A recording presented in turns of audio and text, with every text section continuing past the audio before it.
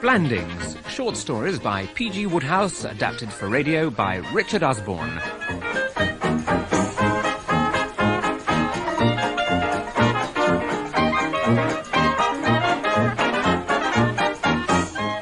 With Richard Vernon as Lord Emsworth and Lockwood West as Beach the Butler. It is breakfast time at Blandings Castle in Shropshire, and another lovely summer day. The master of the house, if master is the right word, Clarence, 9th Earl of Emsworth, is late. He has two main anxieties, and both of them troubled his sleep last night. He and his head gardener, Angus McAllister, have this year grown a splendid pumpkin, with which they hope to win, at last, the Blue Riband. First prize for pumpkins at the Shropshire Agricultural Show in 10 days' time. If anything should happen to that pumpkin... No, it doesn't bear thinking about. And Lord Emsworth thinks about it a lot. The second worry that furrows the brow is his younger son, Frederick. Unlike the male codfish, which, suddenly finding itself the parent of 3,500,000 little codfish, cheerfully resolves to love them all, the British aristocracy is apt to look with a somewhat jaundiced eye on its younger sons. And Freddie Threepwood was one of those younger sons who rather invite the jaundiced eye. Lord Emsworth's sister, Lady Constance, has nearly finished her breakfast. Ah, breakfast. Capital. Morning, Connie. Morning, Beach. Morning, Clarence. Good morning, my lord. I will go and get fresh coffee. Ah, yes, capital, Beach. Frederick not down yet? Your son was punctual. In fact, early, for once. He said he had to go out. Go out? Not to London, I hope. He's forbidden London. I won't have it. No, not London. Unless he's walking to the station. 3 miles in this weather. Not Frederick. But I must say he seemed rather less dejected than of late. And he was better dressed than usual. I wish the boy'd get a hobby or something. Find a girl or something. I mean, a decent girl from hereabouts. Get married. A girl with sense. Enough for 2. And money enough for 2? No, Connie, if she's the right girl, I'll let Frederick have his money, but no London, no money. I've had to pay his debts twice already. That girl at Oxford, usherette in a cinema, and that idiotic bookmaker's business he thought he could run. Frederick couldn't run a coffee stall. Well, Clarence, I do have to go to London. I've ordered the car for the station. I'll be back on the 6:40 for dinner. Right, Connie. Ah, Beach. Your fresh coffee, my lord. Shall I bring you some buttered eggs, my lord? With a slice of ham. Or kidneys? No, thank you, Beach. Just toast and marmalade. Oh, Beach. I want you to help me with that, contraption in the hall. Did you see it? Yes, my lord. It looked like a large telescope. That's what it is, Beach. I saw it advertised in the store, so I sent up for it. They say you can see the stars with it. We'll sit it up on the roof of the tower. No stars on a morning like this, no? But we'll have a good look around. Jove, yes, we might be able to see the pumpkin. In the kitchen garden? Yes, my lord. That should be well within this telescope's range. McAllister generally opens the pumpkin frame about now. Mr. McAllister was telling me the other day that he has good hopes for the pumpkin, my lord. Keep it to yourself, Beach. But this year we intend to win at the Shrewsbury Show. McAllister has a new way of feeding pumpkins, fattens them fast. Not a word, Beach, or Sir Gregory Parslow might get wind of it and start feeding his pumpkin that way. 3 years running now, Sir Gregory has won with his pumpkins, my lord. Has he not? No. And he puts on beastly side about it. Looks down his great red nose at me about pumpkins. Ah, Emsworth, how are the pumpkins? Ha, ha. Wait till he sees the Blandings entry this year. The show is the Saturday after next, is it not, my lord? Yes. I advised McAllister to get one of his under-gardeners to guard over the pumpkin frame at night. But he says that if any marauders or thieves try to attack it or remove it, He'd hear them from the bedroom of his cottage. But there are those cats, some very ugly-looking cats in the stables. They could harm the pumpkin, I'm sure they could. Very attached to that pumpkin, Mr. McAllister is, my lord. It's the fattest pumpkin in Shropshire at this moment. In a fortnight it'll be on the front page of the Shrewsbury Argus. You wait. Very good, my lord. More toast, my lord. More coffee. Thank you, Beach. I think I've finished. I'll meet you in the hall in, Beach, where are my spectacles? I can't read my watch without my spectacles. Your spectacles are hanging down your back, my lord. Oh, thank you. Yes, Beach. I'll be in the hall where the telescope is at 10 o'clock, and we'll go up. Very good, my lord. Mind that box, Beach. Don't want to smash the telescope before even using it. Very good, my lord, but it is quite a weight.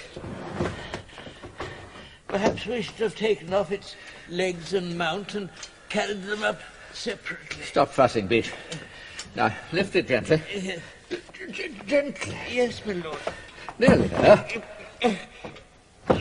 Now, open the door. Yes, my lord.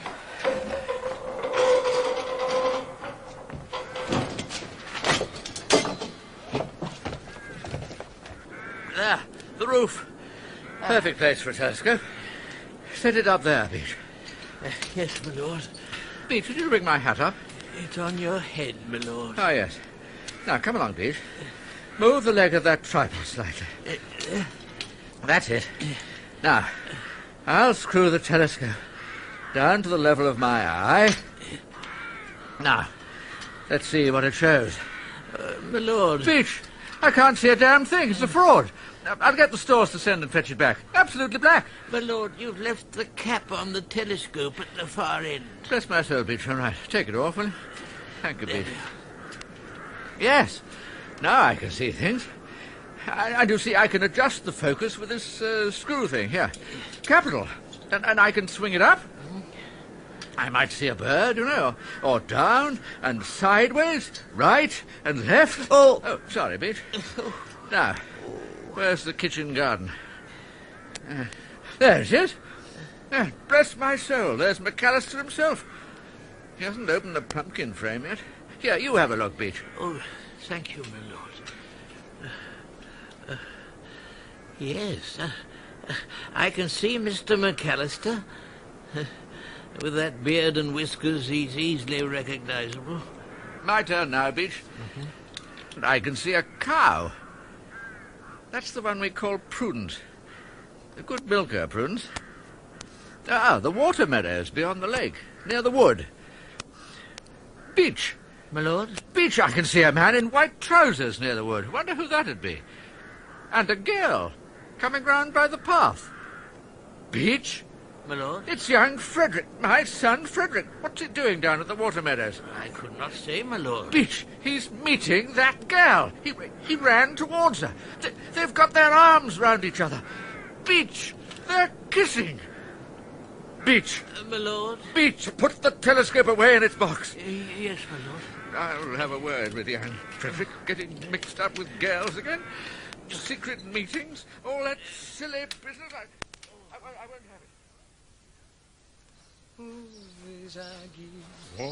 Frederick? Oh, hello, Governor. Didn't see you. Oh, it's a lovely morning, Governor. Has Aunt Connie gone up to London yet? Frederick, who was that girl you were kissing in the water meadow? Girl? If girl? you're going to get yourself tangled up with girls again, I shall... Yes, Governor. I've been meaning to tell you about Aggie. Aggie? Aggie? Who's Aggie? All perfectly correct, you know, Governor. All most absolutely correcto. Nothing fishy, I mean to say. She's Aggie Donaldson, my fiancée. Your fiancée? Who is Aggie Donaldson? Aggie's short for Niagara. Her people spent their honeymoon at the falls, don't you know? What? She's American and all that. Funny names they give kids in America. I mean to say, Aggie. Who is she? She's most awfully bright, you know. Full of beans. Oh, you'll love her. Who is she? And can play the saxophone. Frederick, for the last time, who is she and where did you meet her? Well, as a matter of fact, Governor, she's a sort of cousin of Angus McAllister's. Of Angus McAllister's? My head gardener? Yes, Governor. She came over for a visit, don't you know, and is staying with the old boy. Lucky for me. Well, that's how I met her. Oh, indeed. And do you expect me to walk down the aisle at your wedding just behind you and this Aggie with my head gardener? Let me tell you. McAllister! What are you going to do, Governor? You'll find out. McAllister! Where's McAllister? McAllister! Oh, there you are. McAllister, that girl, you must send her away. Girl? The girl who is staying with you, your cousin, is she? She must go. Go where? Anywhere. I won't have her here a day longer. Why? Never mind why. You must get rid of her immediately. She is paying me £2 a week. Listen, McAllister, listen to me. Either you send that girl away or you can go yourself. I mean it. Your lordship will accept my notice. I'll pay you a month's wages in lieu of notice. You can leave this afternoon. Give the money to Mr. Beach to give to me. You'll no see me again.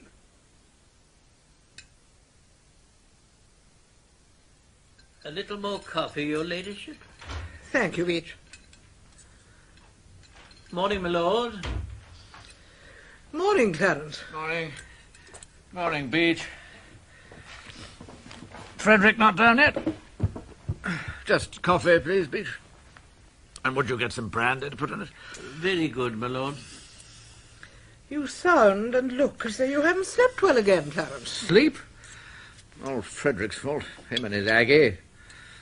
She's lucky not to be marrying such a fool as Frederick. But I've lost my head gardener, and it's 6 days now that the pumpkin hasn't had proper feeding. Beach, brandy, capital. That'll be all, Beach. Very good, my lord. Clarence, you're being very silly. Robert Barker can easily look after your old pumpkin and the garden. McAllister's had him as an under gardener for 3 years now. He should know his business. Robert Barker's good on flowers. He's no good on vegetables. I looked at the pumpkin this morning, and I believe it's shrinking, drooping, losing weight. Oh, nonsense. Your old pumpkin. I've ordered the car. I'm going to London, go round the agencies and find a proper head gardener. Someone who understands pumpkins and modern methods of feeding them. Oh, your old pumpkin. I said I hadn't slept at all last night. I did sleep, and I had a terrible dream. The King George V himself was staying here, and I took His Gracious Majesty to see the pumpkin, give him the treat of a lifetime. And when we got there in the corner of the frame was a shriveled thing the size of a pea. What a silly thing to dream. Silly? I woke sweating with the King's disappointed screams ringing in my ears. If I can't find a head gardener through the agencies, I may have to take McAllister back. Beach, thank you. Fresh coffee, my dear. Thank you, Clarence. Beach, do you happen to know McAllister's address? Yes, your lordship. He is in London, residing at number 11, Buxton Crescent. Buxton Crescent? Never heard of it. It's a boarding house off the Cromwell Road, my lord. Mr. McAllister was accustomed to make it his headquarters when he visits the metropolis, on account of its nearness to Kensington Gardens. Kensington Gardens, eh? Yes, my lord. He liked to be near the flowers. Beach, I want you to get this telegram dispatched immediately. Very good, my lord. Really, Clarence, you're being ridiculous. You don't understand. I must get McAllister back. Must get McAllister back. Oh, really? Beach, McAllister, 11 Buxton Crescent, Cromwell Road, London. Return immediately, Emsworth.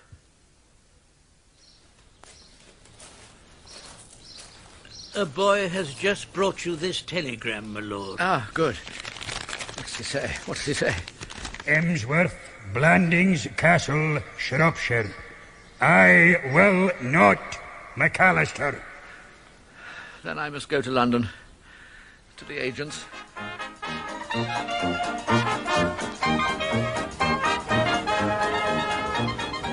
Head gardener, my lord. I am sorry we have nobody on our lists immediately available. Donald McBinney would need to give 3 months' notice. Have a John McTugg, my lord, but he's only 19. James McGibbon is over 90 and thinking of retirement. I'll certainly let you know if anyone applies who might interest you. You'll be staying at your club?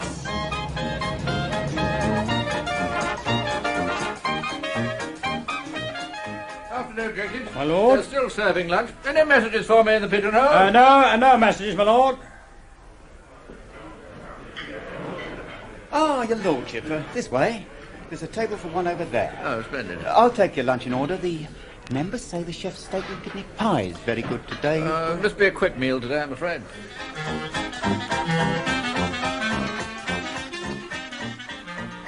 Taxi, my lord. No, thank you, Jenkins. I won't take a taxi yet. I'll walk a little. Thank you, my lord.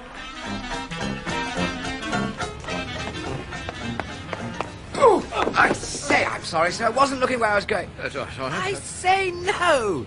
It's you, Governor. I am... Frederick, what are you doing in London? The fact is, Governor... I said you were to stay at Blandings. Now you're forbidden to set foot in London. Oh, absolutely, Governor. But the fact is, I wanted to see you. Thought you might be here. In case not, I put it in a note and was going to leave it for you. To see me? Why? Got something to tell you.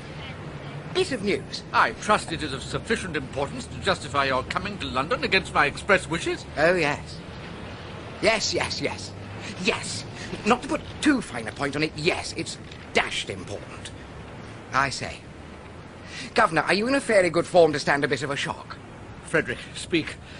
Have the cats been at the pumpkin? Cats? No, Governor. Do cats like pumpkins? Frederick, is anything wrong with the pumpkin? Not that I know.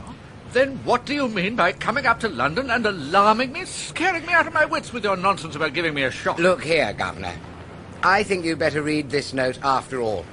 I was going to leave it with the hall porter for you. Goodbye, Governor. Got to see a man. Ah, taxi!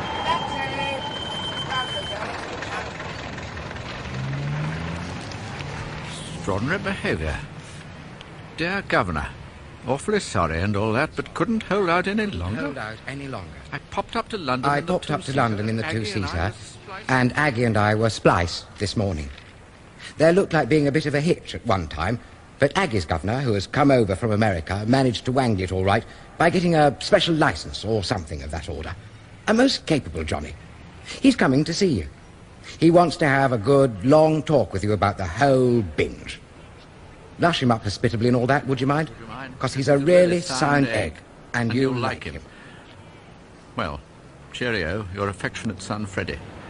P.S. You won't mind if I freeze onto the two-seater for the nonce, what? It may come in useful for the honeymoon. The pumpkin's pining, no head gardeners anywhere. McAllister won't come back, and now Frederick's got married to McAllister's cousin. Flowers. I must see flowers. Taxi! Which way, sir? Kensington Gardens. That's where the flowers are, aren't they? Yes, sir. That's where the flowers are. Then hurry. Please.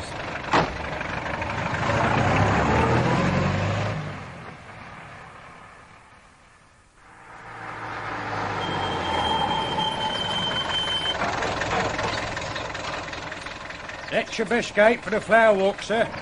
There's 3 to 10 on the clock. There you are. Oh, thank you, sir. Flower walk. Yes, that sounds right. Oh, the flower walk indeed. And just look at those tulips. Bless my soul. And that fellow in the peaked cap is probably the superintendent. Nice weather we're having, sir. What? Oh, yes. Are you in charge of this border? Right. I must congratulate you. A real show. You must come and see our tulips at Blandings sometime. Not bad, but not as good as this. Thank you, sir. I'll leave you to enjoy our tulips, sir. Yes, indeed. This one, I don't know. Haven't got it at home. Must remember it. 2 or 3 species I've never seen. I'll take one of each and go and find that park keeper and ask him their names. Oi! Hi there! What? Oh, good, yes. What are you up to there? Stealing the flowers? Here, Well, I get you. I might have known.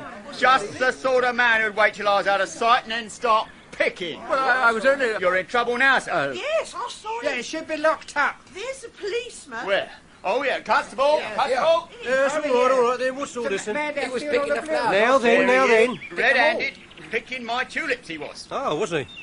All right, just give me your name and address then, like a sensible fellow. Keep back there. All these people come crowding round, obstructing the police in the execution of their duties. Now then, sir, your name and address. I am the Earl of Emsworth, my man. And now the Duke of Yeah, it'll be a prince next. Address Buckingham Palace. I am Lord Emsworth. Ah, go off it. Wait, I can see someone who'll confirm it. McAllister! This is Angus McAllister, my head gardener at Blandings Castle, Shropshire. McAllister, my dear fellow, please tell this man who I am. Aye, yon's Lord Emsworth, Constable. And who are you, sir? I used to be head gardener at the castle, as he says. Oh, well, why didn't you say that before? Now, pass along there. Oh, that's right. Ought to know better than to block a public thoroughfare like this. Pass along. Come on now. Did you say Lord Emsworth? Lord Emsworth, am I pleased to meet you at last? My name's Donaldson, Lord Emsworth. You'll excuse us, Angus. Aye. High time you and I had a little chat, Lord Emsworth. How do you do? Now listen, Lord Emsworth, no sense in hard feelings between members of a family. I take it you heard by now that your boy and my girl have gone and fixed it up. Personally, I'm delighted. The boy's a fine young fellow. You were speaking of my son, Frederick? Of your son, Frederick. At the moment, I'm afraid you're feeling rather sore. I don't blame you. You've every right to be sore in a gumboil, but it will, I'm sure, be a lasting grief to that splendid young man. You are still speaking of my son, Frederick? Of Frederick, yes. You must forgive him, Lord Emsworth. He must have your support. Well, I suppose you'll have to have it, Dash. You can't let the boy starve. Oh, don't worry about that, Lord Emsworth. I'll look after that end of it. I'm not a rich man. Oh.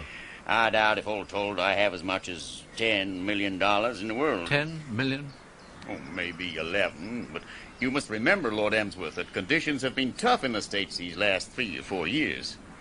Many of my friends have been harder hit than I have, but, well, things are looking up now, and the American dog is eating more biscuits. Oh, really? That's my line, you know. I'm Donaldson's Dog Biscuits.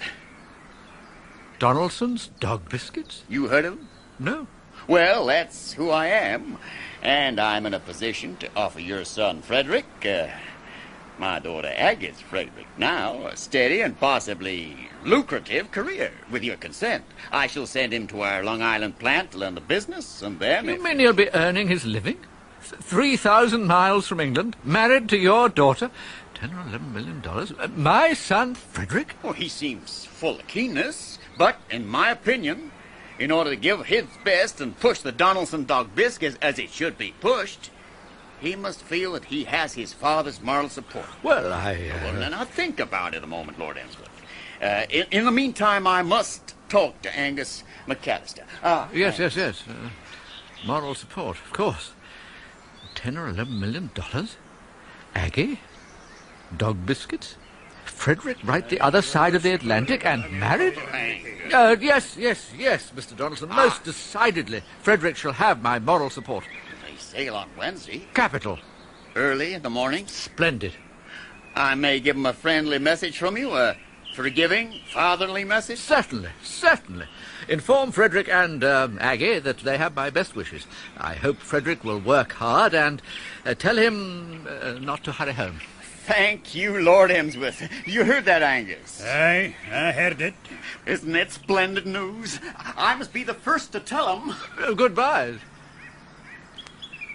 McAllister. What is it now? McAllister, I wonder... Well? What I wanted to say was, have you accepted another position yet? I am considering 2. McAllister, come back to me. Robert Barker is worse than useless. Will. You will? Splendid. Capital. Excellent. I didn't say I would. I thought you said I will. I didn't say I will. I said I will. Meaning maybe I might. Maybe not. McAllister, I will raise your salary. Dash it, I'll double it. McAllister, come back. The pumpkin needs you. Yes, sir, this way to the Shropshire Agricultural Show. Members, that way. Ah, Parslow. So they gave you the first prize for potatoes, but not for pumpkins this year, eh? congratulate you, Emsworth. Oh, thanks. Thanks, my dear fellow. Thank you very much. Can't both win, eh? No, see what you mean. Can't both win. No getting round that. This fine pumpkin of yours. Can't both win. No. Look at it, McAllister. There's a pumpkin for you. Splendid. It deserves the blue ribbon. See what it says on the card? Aye, my lord. Shrewsbury Agricultural Show. Pumpkins. First prize. Exhibitor, Lord Emsworth of Blandings Castle. Head gardener, Mr. Angus McAllister. I tell you what, McAllister, when we get back, I'm going to send a wireless to the ship, to young Frederick and his Aggie. Tell American newsmen, first prize pumpkins Shrewsbury show today, and I'll sign it Emsworth and McAllister.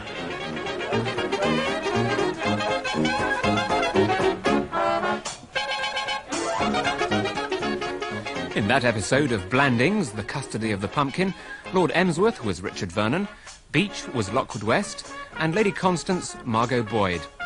Nigel Anthony was the narrator, Steve Hodson, the Honourable Frederick Threepwood, Henry Stamper, McAllister, and Michael Goldie, Mr. Donaldson. Other parts were played by members of the cast.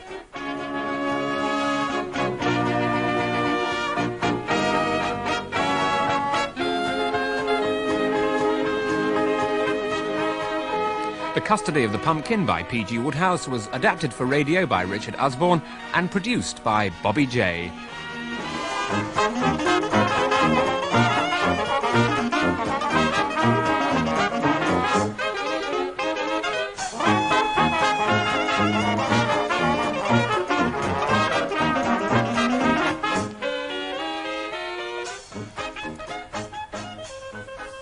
Blandings next week at the same time. Freddy's marriage hits a rough patch, and there are mixed feelings at Blandings when Lord Emsworth grows a beard.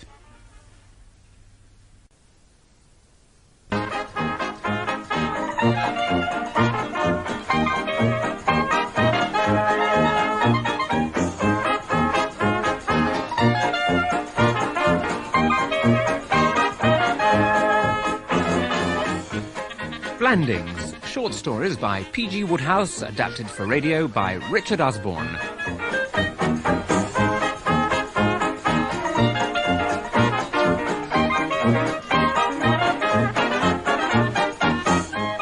With Richard Vernon as Lord Emsworth and Lockwood West as Beach the Butler. This week, Lord Emsworth grows a beard.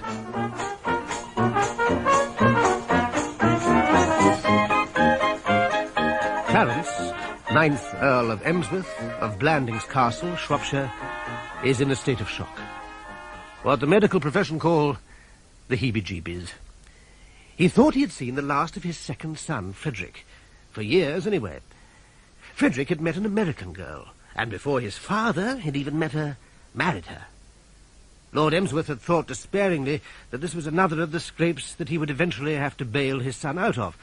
But the miracle was that the girl's father not only liked his new son-in-law, but was himself an extremely well-to-do millionaire businessman. Victor Donaldson, head of Donaldson's Dog Biscuits. And here's the best part of the miracle. Mr. Donaldson positively wanted Freddie to come to America and join him in the dog biscuit business there. Happiness reigned in all directions. The Honourable Frederick Threepwood, a devoted husband, an enthusiastic recruit to the dog biscuit trade, and 3,000 miles away from Blandings, leaving his relieved father to potter round his farms and lovely gardens, and, symbol of masterful self-determination, to grow a beard. And it was Lord Emsworth's new beard that so distressed Beach, the butler, as he sought solace from Mrs. Twemlow, the housekeeper, in her sitting-room at coffee-time. I don't know, Mrs. Twemlow, I really don't. Why, whatever is the matter, Mr. Beach? I have come to a decision, Mrs. Twemlow. Why? What about? Ever since his lordship started to grow it, I've seen the writing on the wall plainer and plainer. And now I've made up my mind. When his lordship returns from London this evening, I shall tender my resignation. Oh, no. 18 years I've served in his lordship's household, from underfootman to my present position of trust. But now the end has come. But surely... That beard is weakening his lordship's position throughout the entire countryside. Are you aware that at the recent Sunday school treat I heard cries of beaver? No. Yes, and what's more, the beard is alienating the best element of the county. I saw Sir Gregory Parslow look very sharp at it when he dined with us last Friday. No, as long as I remain in his lordship's service, it's impossible for me to speak. Oh, quite so, quite so. So, I shall tender my resignation. Once that is done, my lips will no longer be sealed. Are those chocolate biscuits in that jar, Mrs. Twemlow? Yes, Mr. Beach. Take one. Oh, it will cheer you up. Oh. Cheer me up. His lordship will not like to lose you, Mr. Beach. You say his lordship has other worries, too? Yes, Mrs. Twemlow. That's what he's gone up to London about. His son, Mr. Frederick, is in London. Unexpected. Oh. Back from America. He sent his lordship a telegram which he showed me. It said, "Am in deep trouble, Governor. Urgently need your help. Will be at your club noon tomorrow. Do not fail me, Freddie." So that's why his lordship went up yesterday. I expect him back this evening. He must be at his club now.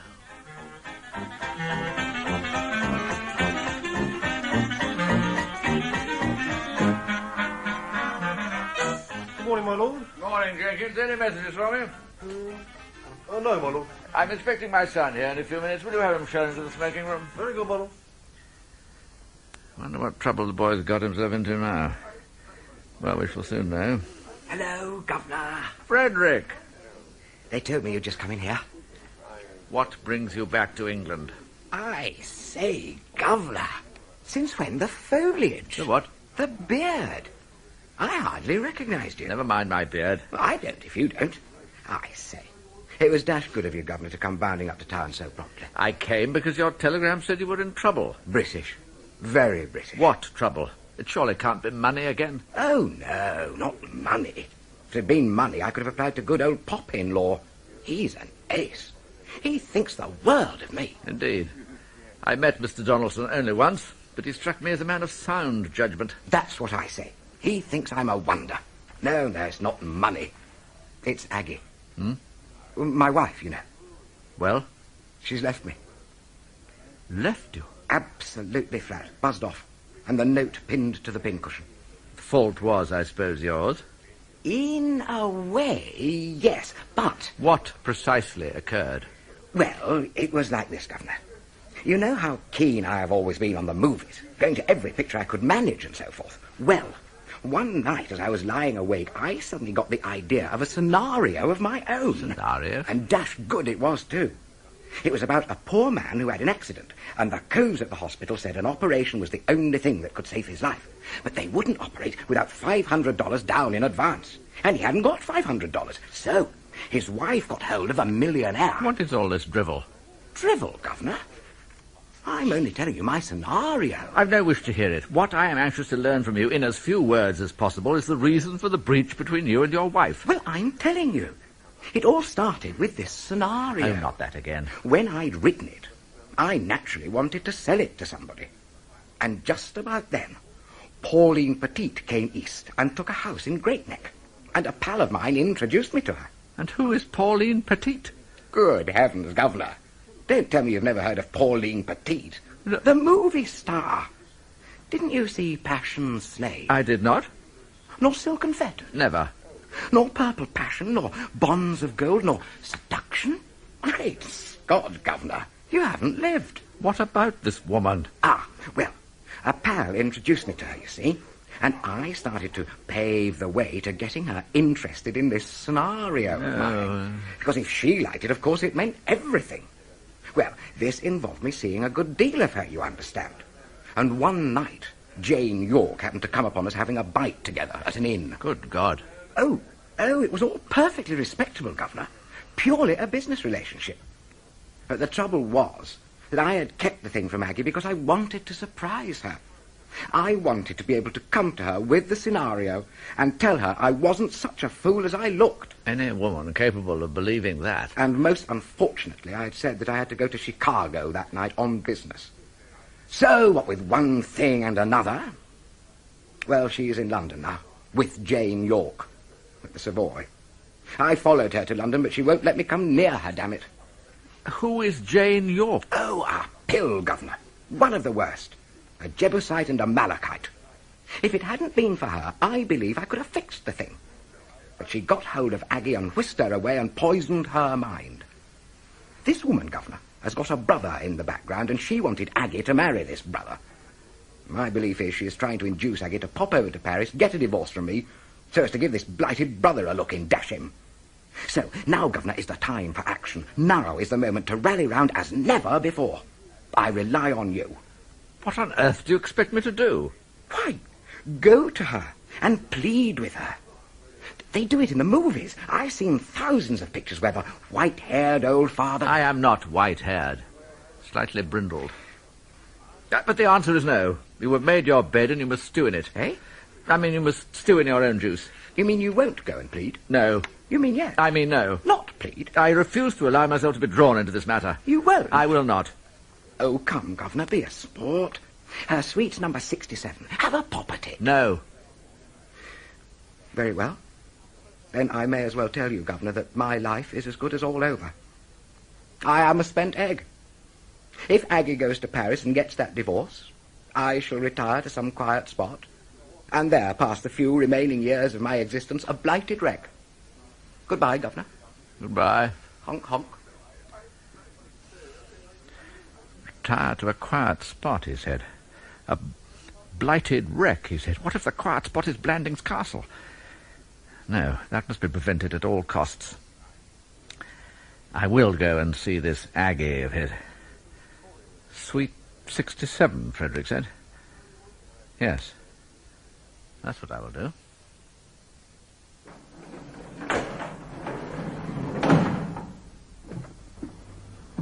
Suite 67, please. Certainly, sir. What floor is that on? 3rd floor, sir. I'll take you up.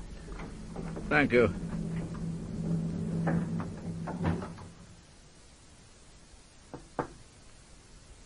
No answer. Door's ajar. She may not have heard me. I'll go in. Hello? Lovely flowers. Good Lord. They're all from Frederick. God bless my soul. It's a dog. Go away, sir.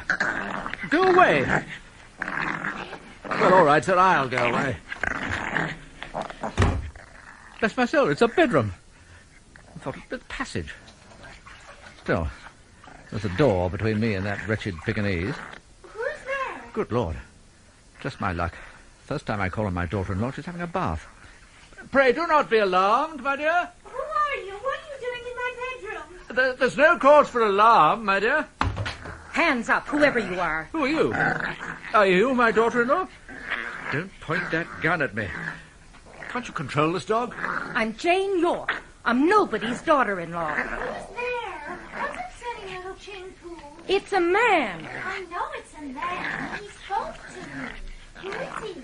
I don't know. A nasty-looking fellow with an ugly beard. I saw him hanging about the passage outside your door, so I got my gun and followed him in. Come on out, Aggie. I think he's pretending to be your father-in-law. I can't come out and go where? My dear madam. What are you doing here? I found the door ajar. And walked in to see if there were any jewel cases ajar, too. Aggie, I think it's Dopey Smith. What? The fellow the cops said tried for your jewels in New York. I am not Dopey Smith, madam. I am the Earl of Emsworth. And please put away that pistol. I came to see my daughter-in-law. Who did he say he was? Yes, Jane? Oh, shut up, cheerful. Now come here. Now, stay quiet. You say you're the Earl of Emsworth? My dear, I am the Earl of Emsworth. You know, Jane, he might be the Earl of Emsworth. He looks very like Freddie. Like Frederick?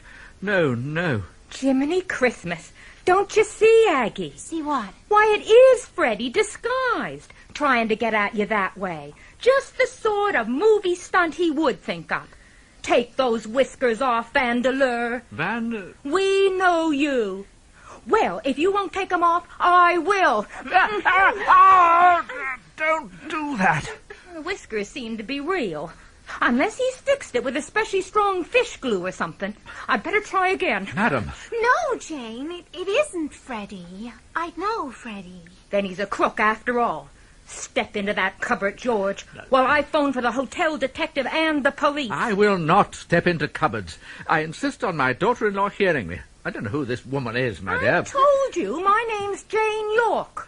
Ah, the woman who poisons my son's wife's mind against him. I know all about you. My dear Aggie, my son has implored me by telegram to come to London this morning. He told me there'd been a little misunderstanding between you. Little misunderstanding is good. Do be quiet, Jane. Frederick gave that film star woman dinner for a purpose. And directly I saw them, I knew what the purpose was, Mr. Whoever you are. No, I believe it's true and that he really is Lord Emsworth. How could he know what happened unless Freddie told him? The thing was in Broadway whispers and town gossip, wasn't it? All the Oh, Jane, will you answer the phone? Hello? I assure you I Yes? am Lord Emsworth. Mrs. Threepwood Sweet, yes? Shh. What? Right. Send him straight up.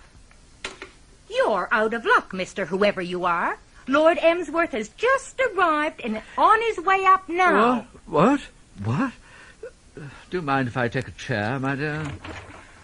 Well, look who's here, also calling himself Lord Emsworth. White hair and a ghastly long white beard. Oh, my dear child, poor Freddie. Freddie, it's you. Take that silly beard off. Oh, dash it. God bless my soul. Frederick. Good God, Governor. Freddie, is that your father? Oh, yes, rather. Of course. Absolutely. But he said he wasn't coming. I changed my mind. I wish I hadn't. What do you think you look like? There, Jane, I told you he was Lord Emsworth all the time. Surely you can see the likeness now. Do I look like that? I think I need a glass of water. Well, anyway, Freddie Threepwood, now you are here. What's the idea? Aggie told you never to come near her again. Miss Jane York, I don't want to talk to you. You're a serpent in the bosom. I mean, a snake in the grass. Oh, am I? Yes, you are. You poisoned Aggie's mind against me. If it hadn't been for you, I could have got her alone and told her my story man to man. I mean, husband to wife. Well, let's hear it now. You've had plenty of time to rehearse it. Married man in secret rendezvous with film star. Oh, I say, Aggie, old thing. You look perfectly topping in that kimono. Stick to the point. That is the point. But if you think I look perfectly topping, why do you go running around with movie actresses with carroty hair? Oh, red gold, wouldn't you say? Carroty. Carroty it is. You're absolutely right. I never liked it all along. Then what were you doing with it? Why were you dining with it? Yes, why? Oh, I do wish you wouldn't butt in. I am not talking to you. You might just as well, for all the good it's going to do you. Be quiet, Jane. Well, Freddie? Well, it was like this. Never believe a man who starts a story like that. Do please keep quiet, Jane. Yes, Freddie? I was trying to sell that carroty female a film scenario. And I was keeping it from you because I wanted it to be a surprise. Freddie, darling, was that really it? You don't mean to say that... Absolutely it. And in order to keep in with the woman, whom I may as well say I dislike rather heartily from the start, I had to lush her up a trifle from time to time. Of course. Well, you have to with these people. Naturally. Makes all the difference if you push a bit of food into them before getting into the business talk. All the difference in the world. You don't mean to say, Aggie, that you really believe all this applesauce? Of course she does. Don't you, precious? Of course I do, sweetie pie. And what's more, I can prove it. Here's a cable that came this morning from the Super Ultra Art Film Company of Hollywood, offering me $1,000 solid for the scenario. So another time, Jane York, kindly refrain from judging your fellows by the beastly light of your foul imagination. Yes, Jane, I must say you've made a great deal of mischief. I wish in future you'd stop interfering in other people's concerns. Good show. And if I may add... If you ask me, it's a fake. What's a fake? That cable. What do you mean, a fake? Well, read it for yourself. It's quite easy to get cables cabled to you by cabling a friend in New York to cable them. I don't get that. I do. And I never want to see you again, Jane York. Same here. In Turkey, they'd shove a girl like you in a sack and drop her in the Bosphorus. I might as well go. And don't come back. There is the door. Oh, well. Oh, Aggie, darling. Freddie, darling. No. What was your scenario about, sweetie? I'll tell you, Angel Face. Or should we stir up the governor? He seemed a bit under the weather. Better leave him to rest a while. That woman Jane York upset him. She'd upset anyone. If there's one person I bar, it's the blister who comes between man and wife. My scenario's about a man and his wife. Oh. This fellow, you see, is a poor cove. No money, if you follow me. And he has an accident, and the hospital blokes say they won't operate unless he puts down $500 in advance. But where to get it? You see the situation. Oh, yes. Strong. What? Awfully strong. Well, it goes on, getting stronger. The cove's wife gets hold of a millionaire bloke and vamps him and lures him to the apartment and gets him to promise he'll cough up the cash. Meanwhile, cut back to the doctor at the hospital on the phone, and she, laughing merrily so as not to let the millionaire bloke think her heart is aching. Oh, I forgot to tell you that the cove had to be operated on immediately, or he would hand in his dinner pail. Dramatic? What? Frightfully dramatic. Well, then, the millionaire bloke demands his price. I thought of calling it a woman's price. Splendid. And now comes the blowout. They go into the bedroom and... Oh! Hello, Governor. Feeling better? Much better, thank you. You know my wife. What? Oh, Lord Emsworth, I'm so dreadfully sorry. I wouldn't have had anything like this happen for the world, but... The fault was entirely mine, my dear child, but tell me, when Frederick was wearing that beard, did he look like... me? Oh, yes, very like. Thank you, my dear. It was all I wanted to know. I will leave you now. You will wish to be alone. You must come down to Blandings, my dear, at the very earliest opportunity. Goodbye, Frederick. Cheerio, Governor. Goodbye, my dear. Goodbye. I can find my way out. Oh, dear, oh, dear, oh, dear. Good afternoon, sir. Ground floor, sir? Yes, please. Tell me, does this hotel contain a barber's shop? Yes, sir, in the foyer to the right of the reception.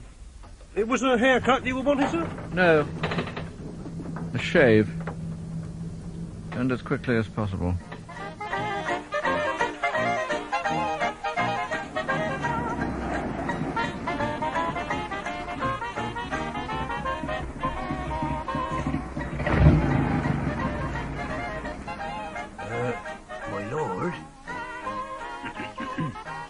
My lord, we're at the castle. Oh, yes, thank you, Lord. I was feeling rather tired. Ah, Beach. Oh, good evening, my lord. Ah, good evening. I hope you had a comfortable journey from London. If I may say so, you're looking quite yourself Now, Thank you, Beach. Perhaps you'll bring me a whisky and soda in the library. Certainly, my lord.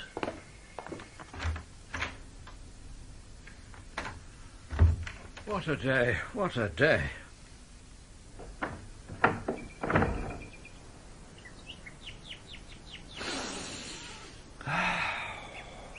Wow, those tobacco plants. Lovely smell on a warm night. Stocks, too. Ah, my whisky and soda. Thank you. Is all well here, Beach? Yes, my lord. The vet came to see Prudence the cow, and he says she's much better. And Mr. McAllister says the whale oil solution has done wonders for the green fly on the roses. Taught them a sharp lesson, were his words. Capital, capital. Beach, would you kindly put a telephone trunk call through to London for me? Very good, my lord. Get through to the Savoy Hotel and suite number 67 and speak to Mr. Frederick. Yes, my lord. Tell him I've had my beard removed. If I may say so, my lord, it makes you look 20 years younger without it. Thank you, Beach. And tell Mr. Frederick that I particularly wish to know how that scenario of his ended. Scenario, my lord? Yes, scenario, Beach. Mr. Frederick was talking about a film scenario he'd written and sold to a Hollywood company. The wicked millionaire had, it seemed, lured the heroine into her bedroom and... scenario, Beach. Ask him how he ended it. Very good, my lord. My lord? What? Ah, Beach. Did you get through? Yes, my lord. I spoke to Mr. Frederick. Yes? He asked me to congratulate you on what you said about the beard, and to give your lordship his best wishes and his wife's. Ah. And I was to tell you that when the millionaire and the sick man's wife entered her bedroom, there was a black jaguar on a chain at the foot of the bed. A jaguar? A jaguar, my lord. The lady said it was to protect her honour. The millionaire, touched by this, gave her the money, and they sang the theme song as a duet. Ah. The sick husband made a satisfactory recovery after his operation, your lordship. Oh. Thank you, Beach. That is all. Good night, my lord. Good night, Beach.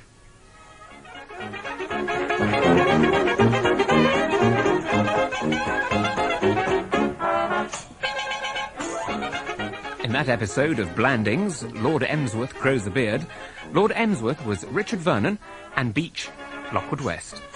Nigel Anthony was the narrator, Phillida Sewell, Mrs. Twemlow, Steve Hodson, the Honourable Frederick Threepwood, Fiona Matheson, his wife Aggie, and Valerie Colgan, Jane York.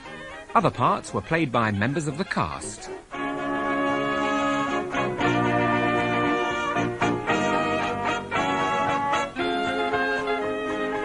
Lord Emsworth Grows a Beard by P.G. Wodehouse was adapted for radio by Richard Usborne and produced by Bobby J.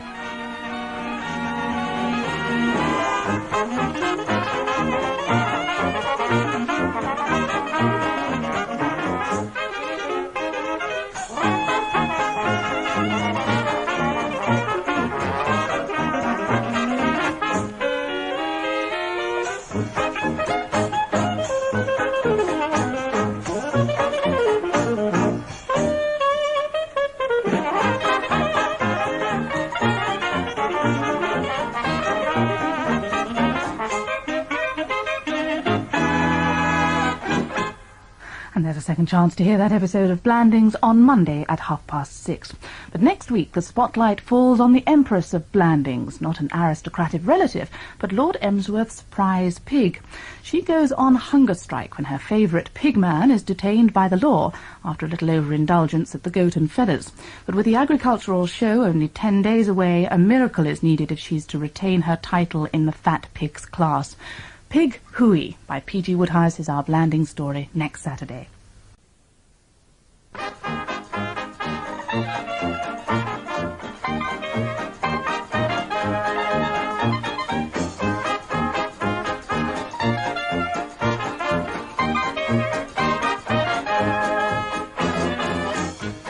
Blandings, short stories by P.G. Wodehouse, adapted for radio by Richard Usborne.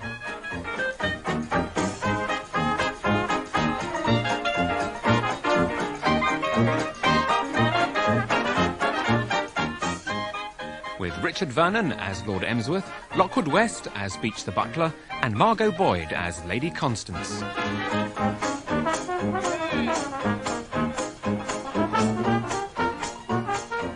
This week, Pig Hooey.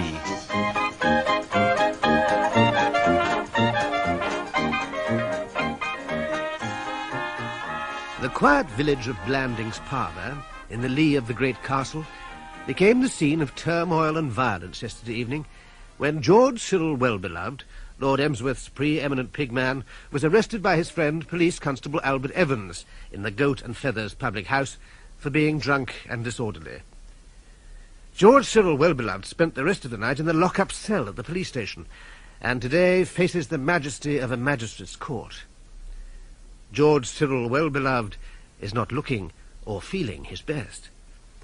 Those near to him would have been left in little doubt as to the nature of his work, and a night in the cells had neither improved the aroma of his calling or the hangover from the night before. Silence in court. The first case, your worships, George Cyril Wellbeloved, charged with being drunk and disorderly in the Goat and Feathers public house in Blandings Parlour on the evening of July the 12th last. Police Constable Evans will give his testimony. On the evening of July 12th, to wit last night, I was in the said Goat and Feathers, keeping a sharp lookout for miscreants.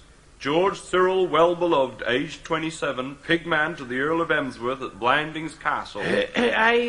I'm sorry to interrupt, but can we have another window open? Phew, it's stuffy in here. Thank you. Ask Wellbeloved to stand further away too, will you? Thank you. Please continue your evidence, Police Constable Evans. It was acting like he had drink taken, and when remonstrated with, he resisted. He broke 2-pint glasses, a glass case containing a stuffed 25-pound pike caught in the Castle Lake in 1925, and a hat stand. You were drunk, Wellbeloved? Yes, Your Honour. But, Your Honour, it was my birthday.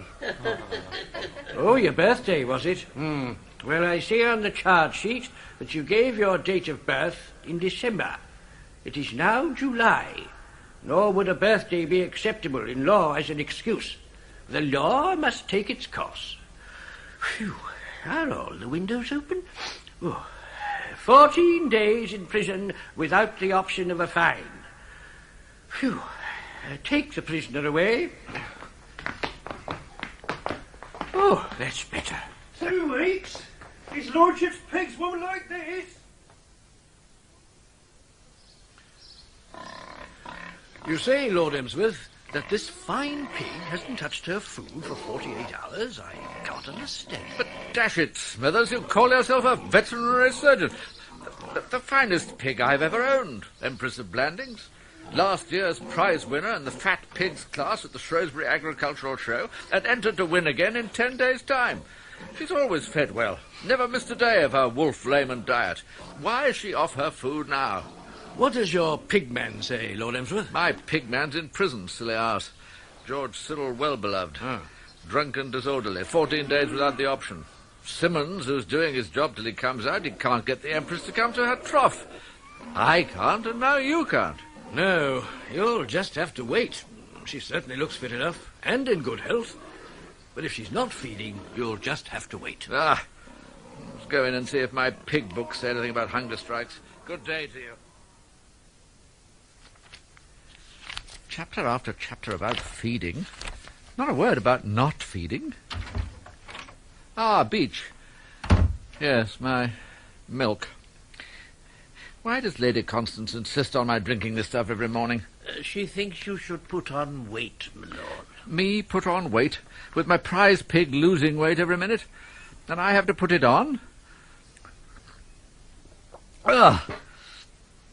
Lady Constance doesn't worry about the Empress. She called her a great bag of snuffle and lard. Connie. Clarence, an awful thing has happened. Thank you, Beach. Leave the milk there. Now then, Conness, so you've heard. He's just told me. What? Has he been here? Left about 20 minutes ago. Why did you let him go? You must have known I would want to see him. What good could that have done? I could at least have assured him of my sympathy. Yes, I suppose it could. Not that he deserves any sympathy. The man's an arse. Nothing of the kind. A most intelligent young man. Would you call him young? 50, I'd have said. 50 if a day. Are you out of your senses? Heacham, 50. Not Heacham. Smithers, the vet. Will you kindly tell me, Clarence, in a few simple words, what you think you're talking about? I'm talking about Smithers. Smithers, the vet. Empress of Blandings is refusing her food, and Smithers says he can't do anything about it. We've got to wait. And he calls himself a vet. Then you haven't heard, Clarence. A dreadful thing has happened. Angela has broken off her engagement to Heacham. And the Agricultural Show on Wednesday week. What has that got to do with it? What has that got to do with it? My champion sire, with less than 10 days to prepare herself for a most searching examination on the show bench, in competition with all the finest pigs in the county, and she's refusing her food. Will you stop maundering on about your insufferable pig and give attention to something that really matters? I tell you that Angela, your niece Angela, has broken off her engagement to Lord Heacham and says she's going to marry that hopeless ne'er-do-well James Belford. The son of old Belford, the parson? Yes. She can't. He's in America. He's not in America. He's in London. No, you're wrong. I remember meeting his father 2 years ago at the end of the road by Meeker's 20-acre field, and he distinctly told me the boy was sailing for America the next day. He must be there by this time. Can't you understand? He's come back. Come back? Oh, yes, I see. Come back. You know, there was a silly sort of affair between him and Angela. But a year after he left, she became engaged to Lord Heacham, and I thought the whole thing with James Belford was over and done with. And now, it seems they met in London last week, and it has started all over again. She tells me she's written to Lord Heacham and broken the engagement. We've tried everything. Acorns, skim milk, potato peel. But no, she won't touch 'em. Oh, Clarence, really? Oh, what? Oh, absurd, ridiculous, breaking an engagement. I'll have a word with that young man. If he thinks he can play fast and loose with my niece and jilt her without so much as a... Clarence! Hmm? It is Angela who has broken off the engagement. Oh, Angela. She is infatuated with this man Belford, and says she's going to marry him. What are we going to do about it? Take a strong line. Stand no nonsense. Don't send them a wedding present. Well, Oh, Angela, we were talking about you. Angela, my dear, do you know anything about pigs? Yes, I do. You're one. Me? Yes, you. Aunt Constance says that if I marry Jimmy, you won't let me have my money. Money? Money? What money? You haven't lent me any money? Clarence, I believe this absent-mindedness of yours is just a ridiculous pose. You know perfectly well that when poor Jane died, she left you Angela's trustee. And I can't touch my money without your consent till I'm 25. How old are you now? 21. Then what are you worrying about? My dear, no need to worry for another 4 years. Clarence, I have told Angela that while we naturally cannot force her to marry Lord Heacham, we can at least keep her money from being squandered by this wastrel on whom she proposes to throw herself away. He is not a wastrel. He's got quite enough money to marry me on, but he needs some capital to buy a partnership. He is a wastrel. Wasn't he sent abroad because he... That was 2 years ago, and since then... My dear Angela, you may argue until... I'm not arguing. I'm simply saying that I'm going to marry Jimmy if we both have to starve in the gutter. What gutter? Oh, any gutter. Now, please listen to me, Angela. Clarence, you mustn't go. Clarence, this is as much your business as mine. But not as much as it's my business. Oh, Uncle Clarence has gone. I'm going now.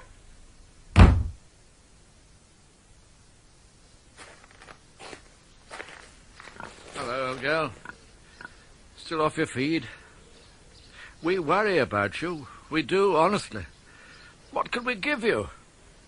You know the Agricultural Show is next Wednesday week, and you've got to get that medal for fatness again that you got last year. If you don't buck up and feed again, old girl, it'll be nothing better than an honourable mention. Ah, Heacham, good to see you. I say, I've just ridden over to see if there's anything I can do about this fearful business. I'm uncommon kind and thoughtful of you, my dear fellow. I fear things look very black. It's an absolute mystery to me. I mean, she was all right last week. She was all right as late as the day before yesterday. And then this happens. Out of a blue sky, you might say. Exactly. We don't know what to do. We've done everything to tempt our appetite. Appetite? Is Angela ill? Angela? No, I fancy not. She seemed perfectly well a few minutes ago. Oh, you've seen her this morning, then? Did she say anything about this fearful business? No, she was talking about some money. It's all so dashed unexpected. Yes, such a thing has never happened before. I fear the worst. According to the Wolf-Lehman feeding standards, a pig, if in health, should consume daily nourishment, amounting to 57,800 calories. These to consist of proteins, 4 pounds, 5 ounces, carbohydrates, 25 pounds... what's all this got to do with Angela? Angela? I came to find out why Angela has broken off our engagement. Ah, yes, of course, Angela. I believe it's because she's fallen in love with someone else. Yes, now I recollect, that's it. I knew there was some satisfactory explanation. Tell me, my dear fellow, what are your views about linseed meal? What do you mean, linseed meal? Why, linseed meal is a food for pigs. Oh, curse all pigs! What? What did you say? I said curse all pigs! You keep talking about pigs. I'm not interested in pigs. I don't want to discuss pigs. Blast and damn every pig in existence. Well, goodbye. Fancy hearing a Shropshire landowner speak like that. Thank heaven he's not going to marry into our family. Clarence, are you listening? I've had enough of this nonsense of Angela and young Belford. You must catch the 2 o'clock train to London. What? Why? In this lovely weather, and with the Empress refusing her food? You must see this man, Belford, and tell him that if Angela marries him, she will not have a penny of her money for 4 years. I'll be greatly surprised if, when he hears that, he doesn't change his mind. Don't see why the fellow shouldn't marry her. Angela? Marry James Belford? I don't see why not. Seems fond of him and all that. You never have had a grain of sense, Clarence. Angela is going to marry Lord Heacham. Can't stand that young man. All wrong about pigs. Clarence, I don't want to discuss it further. You will go to London, you will see Mr. Belford, and you will tell him about Angela's money. Is that clear? Yeah, all right. You must telephone me if there's any change in the Empress. I shall spend the night at the club. Your guest has arrived, my lord. Mr. James Belford. Ah, thank you. Thank you, Jenkins. Will you bring him in? Very good, my lord. Now, over lunch, I've got to blight the happiness of 2 young people I've always liked. A fine young fellow, young Belford was. Open air, healthy. Distribution of money all wrong. Heacham, who despises pigs, has a rent roll of 10,000 more a year. And this deserving youngster Belford has nothing. Perhaps I should keep the bad news for him till after lunch.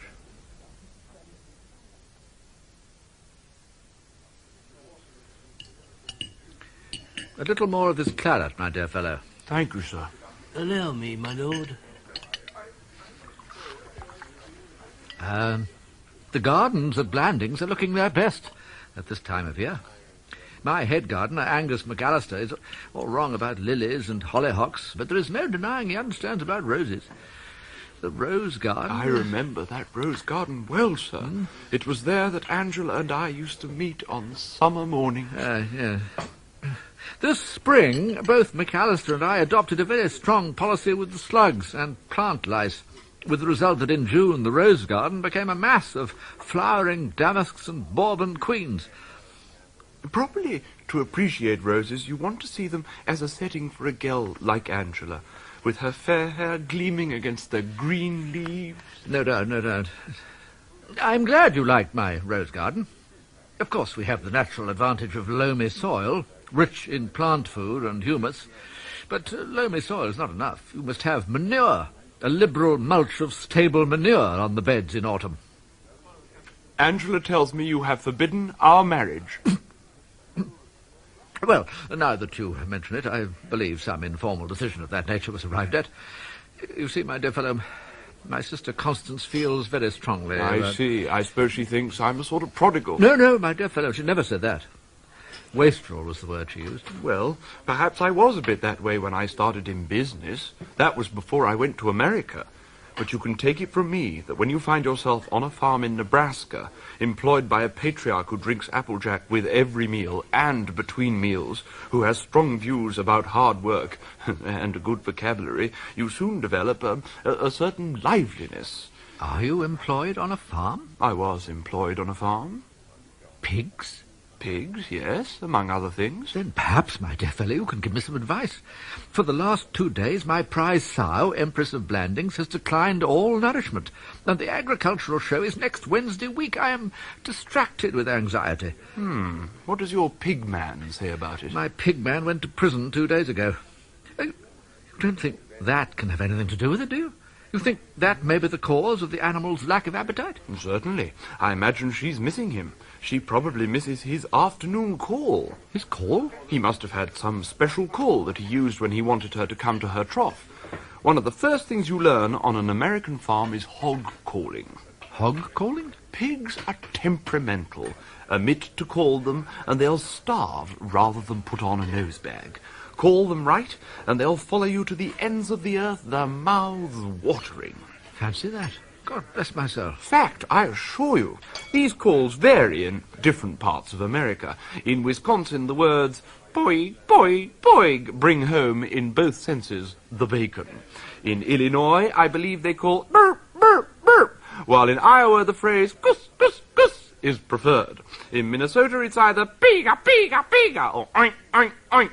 And in Milwaukee, where there are so many people of German descent, you'll hear the old Teuton, komm Schweine, komm Schweine, komm Schweine. God bless my soul. And there are various local devices, beating a tin can with an axe, rattling pebbles in a suitcase. I knew a man out in Nebraska who used to call his pigs by tapping the edge of the trough with his wooden leg. Did he indeed? But if there is a wide variety, how are we to know what well-beloved is? Ah, but wait, I haven't told you all. There is a master word. I had it straight from Fred Patzel, the hog-calling champion of the Western States. What a man! I've known him to bring pork chops leaping from their plates. Now you're joking. I don't like that. No, honestly, sir. But this master word to the pig world is like the Masonic grip. Call oink oink in Illinois or burp burp in Minnesota, and the animal merely raises its eyebrows and stares coldly.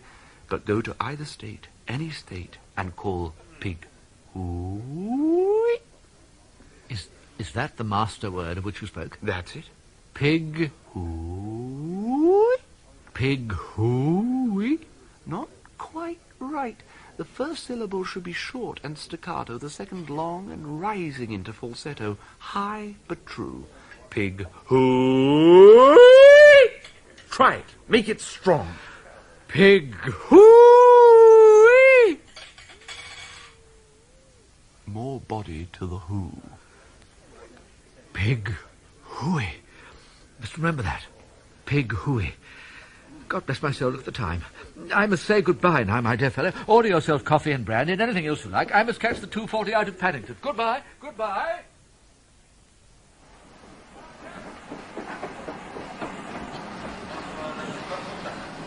Shrewsbury! Shrewsbury! Next up, Market Blandings! Oh, God bless my soul, I've been asleep. Now, what was it that young man said about calling pigs? Oink? No. Pea? No. That was a master call. Oh, dash it. It's gone out of my mind. Oh, dash it.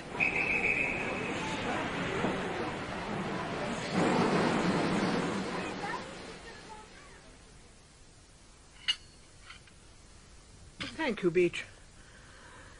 You can leave us. Very good, my lady. Really, Clarence, from what you say of your meeting with James Belford today, you seem to have made an outstanding idiot of yourself. You needn't have invited him to lunch. But then to leave him without telling him that Angela would not have her money for 4 years if they married, the act of a congenital imbecile. Clarence, are you listening? Pig. I know it started with pig. I can't remember. Clarence, I'm talking to you. I can't just stay here. I feel stifled. I'm going out round the back. Pig. Pig. No, confound it. Ah, Angela? Is that you, Angela? Yes. I didn't see you at dinner. Oh, I didn't want any dinner. The food would have choked me. I can't eat. It's just the same with the Empress. Young Belford says... Oh, have you seen Jimmy? What did he say? That's just what I can't remember. It began with the word pig. I expect you weren't listening. Oh, you've got a very annoying habit, Uncle Clarence, of switching your mind off and just going blah when people are talking to you. It gets you very much disliked on all sides. Did Jimmy say anything about me? So listen to that modern music coming from the servants' hall. I can't understand it. Now, the Merry Widow, that sort of thing. You can't waltz to this. Did Jimmy say anything about me? I fancy so. Yes, I'm sure he did. Oh, then what? I can't remember. Oh, really, Uncle Clarence, you are the frozen limit. You're behaving like a bohunkus. Oh, what? A bohunkus, Jimmy tells me, is a very inferior type of worm. Oh. Well, I wish you'd go in, my dear. The night air may well give you a chill. I won't go in. I came out here to look at the moon and think about Jimmy. Come to that. What are you doing out here, Uncle Clarence? I came out here to think. I'm much exercised about my pig, Empress of Blandings. For 2 days she has refused her food, and young Belford says she will not eat until she hears the proper call or cry. He very kindly taught it to me, but unfortunately I fell asleep in the train and have forgotten it. I wonder that you had the nerve to ask Jimmy to teach you pig calls, considering the way you're treating him. But like a leper or something. All I can say is that if you remember this call of his, and it makes the Empress eat, you ought to be ashamed of yourself if you still refuse to let me marry Jimmy. My dear, if through young Belford's instrumentality the Empress is induced to take nourishment again, there is nothing I will refuse him. Nothing. Oh, honour bright? I give you my solemn word. You won't let Aunt Constance bully you out of it? Certainly not. I am always ready to listen to your Aunt Constance's views, but there are certain matters on which I claim the right to act according to my own judgment. It began with the word pig. Who? That's it! Who? Pig who? Pig hooey! Pig hooey! Pig hooey! Pig. There, who's making that noise? Beach, come out here at once. Very good, my lord. Yes, my lord. Beach, listen to this. Very good, my lord. Pig hooey! Yes, my lord. Now you do it. I know. Yes, it's the way you call pigs. But I do not call pigs, my lord. What do you want Beach to do it for? Because if we both learn it and I forget it again, we still have it. Oh, by Jove, yes. Come on, Beach. Inflate the lungs and let it rip. I would merely advance the suggestion, my lord, that we move further from the vicinity of the servants' hall. If I were overheard by any of the lower domestics, it would weaken my position as a disciplinary force. What chumps we are! The place to do it is outside the Empress's sty. Then if it works, we shall see it working. Angela, my dear, you are a very intelligent girl. Where you get your brain from, I don't know. Not from my side of the family. Off we go. Let's try it out. The sty's not far. Come on. Here we are. Look, her trough's still full. She's in there, hiding behind that curtain of sacking. Now... Pig hooey! There she is, coming out. She's heard us. Once again, now. Pig hooey! I might have known it. That young scoundrel was deceiving me. He was playing a joke on me. Oh, he wasn't, was he, Beach? Not knowing the circumstances, I cannot say, miss. Then why hasn't it worked? You can't expect it to work right away. We've got her stirred up and out of her bedroom, haven't we? She's thinking it over. Once more will do the trick. Ready, Beach? Quite ready, miss. Now, 1, 2, 3, pig hooey! Community singing? Oh, Jimmy, darling. Hello, Angela. Hello, Lord Emsworth. Hello, Beach. Good evening, sir. Happy to see you once more. Thanks. I'm spending a few days at the vicarage with my father. I got down here by the 5:05. Young man, what do you mean by telling me my pig would respond to that cry? She's done nothing of the kind. You can't have done it right. We did it precisely as you instructed us. Oh, was that the cry I heard as I came across the fields? You've got it all wrong. Begin the who in a low minor of 2/4 notes in 4/4 time. Build gradually to a higher note until the voice is soaring in full crescendo, reaching F sharp in the natural scale and dwelling for 2 ritando half notes, then breaking into a shower of accidental grace notes. God bless my soul, I should have been able to do all that. Oh, Jimmy will do it for you, Uncle Clarence. Now that he's engaged to me, he'll be one of the family and always popping about here. He can do it every day till the agricultural show is over and your pigman comes out of jug. I think that would be the wisest plan. I doubt if an amateur can ever produce real results. You need a voice that has been trained on the open prairies, competing sometimes with tornadoes. A manly, sunburnt, wind-scorched voice. Listen. Pig hoo!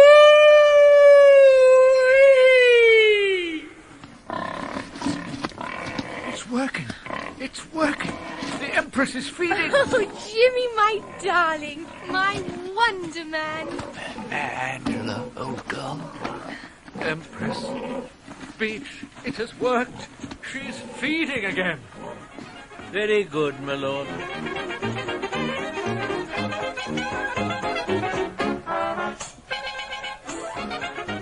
In that episode of Blandings, Pig Hooey, Lord Emsworth was Richard Vernon, Beach, Lockwood West, and Lady Constance, Margot Boyd. Nigel Anthony was the narrator, the Pigman and Lord Heacham, Peter Tuddenham, the chairman of the magistrates and Mr. Smithers, Diana Martin was Angela, and Edward Duke, James Belford. Other parts were played by members of the cast.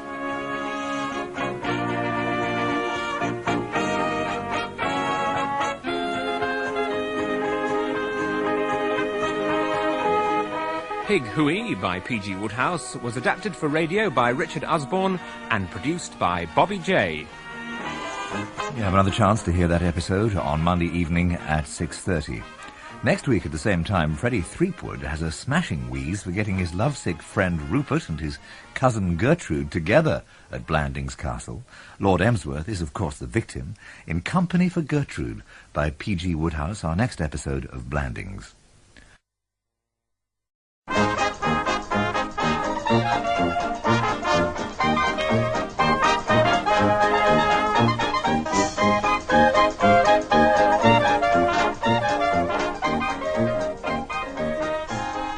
The Honourable Frederick Threepwood had for many years infuriated his mild old father, the Earl of Emsworth, of Blandings Castle, Shropshire. Trouble with a shop girl at Oxford, racing cars, debts, the prodigal younger son. Then Freddie married, and it was the making of him, a splendidly rich American girl.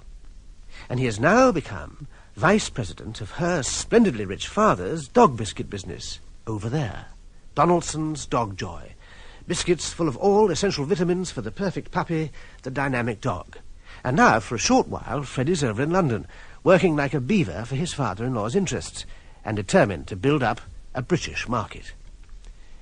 Lady Marshall, Freddie's aunt, has so many dogs that she loses count of them, and Freddie intends, as a spearhead for his campaign, to line Aunt Elizabeth up as English customer number 1 for Donaldson's Dog Joy. Biscuits full of all essential... Well, yes, we've had that. He's on his way at this moment to Grosvenor Square. And if he can land Aunt Elizabeth, he can say, patronised by the aristocracy.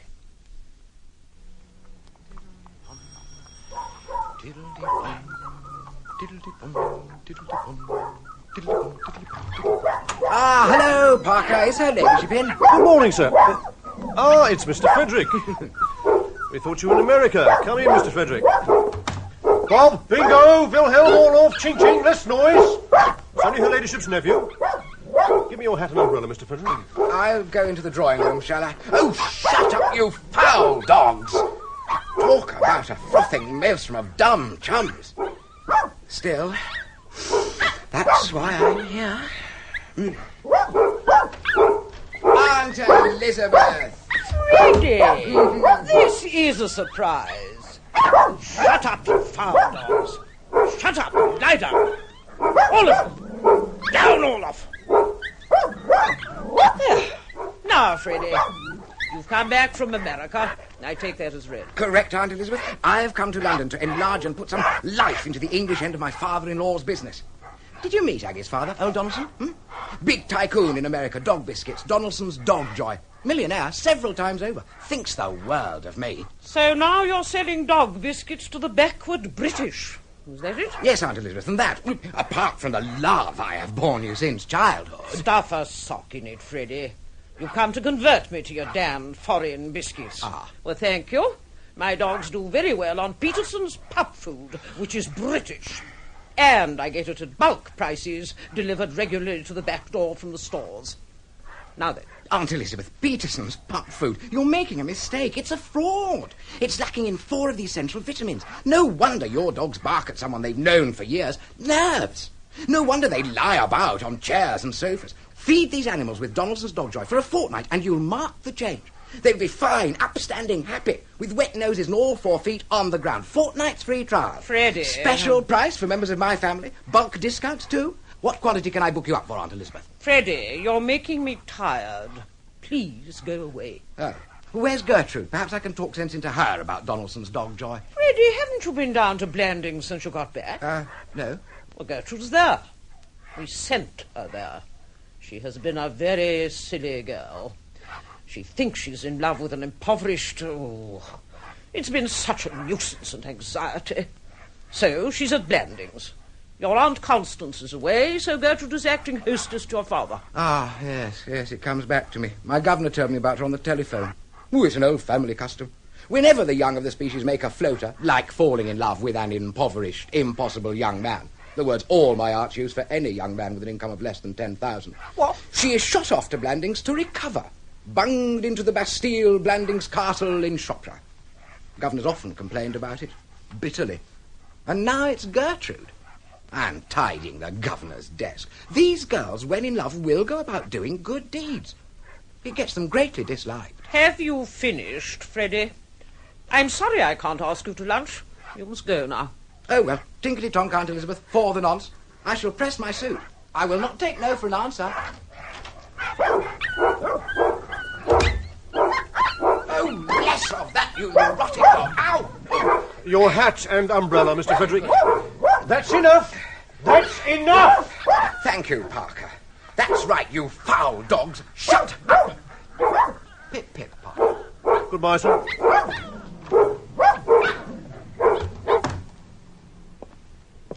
Oh, well, raspberry from Aunt Elizabeth. Peterson's pup food, forsooth. I'll have to bend young Gertrude to my will at the castle. I wonder who her unsuitable suitor is. Hello? Hello, surely that's old Beefer's coming this way. The Reverend Rupert Bingham as I stand here. Sober black costume, roundabout collar, kept in place purely by willpower as vouchsafed to men of God. And with muscles bulging as when he stroked the Oxford 8 in my day. Oh, what a man. Beefers! Hello, Freddie. Haven't seen you for years. Keeping pretty fit. Oh, as a fiddle. As a fiddle. And you? Oh, I'm all right. What were you doing in that house? Trying to sell dog biscuits. I didn't know you sold dog biscuits. I do when people have enough sense to see that Donaldson's are the best. But could I make my fat-headed aunt see that? No, I could not, Beefers. Your aunt? I didn't know Lady Marshall was your aunt. Oh, didn't you, Beefers? I thought it was all over London. Did she tell you about me? What about you? Great Scott! Are you the impoverished bloke that wants to marry Gertrude? Yes. Well, I'm dashed. I love her, Freddie. I love her as no man... Rather, quite, absolutely. And she loves you, what? Thinks you a king among men. The tree from which her, whatever it is, hangs. And now they've gone and sent her to Blandings, to be out of my way. But why are you impoverished? Don't you get tithes? Well, there aren't any tithes where I am. Oh, not so hot. Well, what are you doing about it?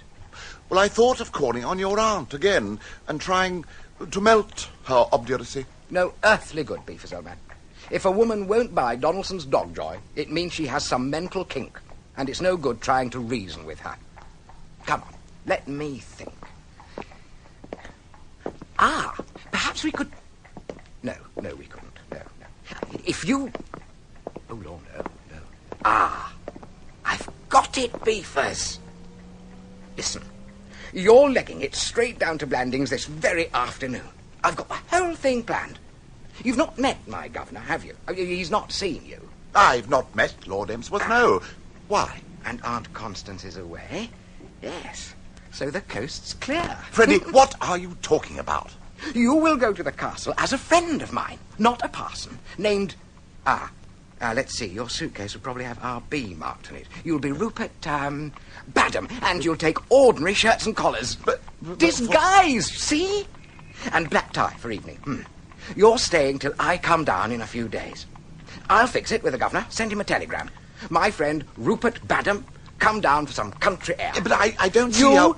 meet Gertrude. Well, as a stranger, of course. But the governor will be delighted that she has some young company. Keep her mind off tidying his study. And you... Yes, what do I do? You ingratiate yourself with my governor. Ingratiate yourself like nobody's business. But what good will it do, ingratiating myself, as you call it, with your father? He's only Gertrude's uncle. What good? My dear chap, are you aware that the governor owns the countryside for miles around? He has all sorts of church livings in his gift, up his sleeve. Livings, vicarages, simply dripping with tithes. And he can give them to whoever he likes. Freddie, I believe there's something in this, innocent deception. But how do I ingratiate myself with Lord Emsworth? Easy, Beefers, old man, easy. Cluster round him like a poultice. Help him out of chairs and over stiles. Carry his mackintosh and umbrella for him. Why, great Scott, I'd undertake to ingratiate myself with Stalin if I set my mind to it. Pop off and pack the old toothbrush, and I'll send that wire to the governor. Yes? This is Blandings Castle, Lord Emsworth's residence. Telegram for Lord Emsworth? All right, Mrs. Gillette. I'll write it down.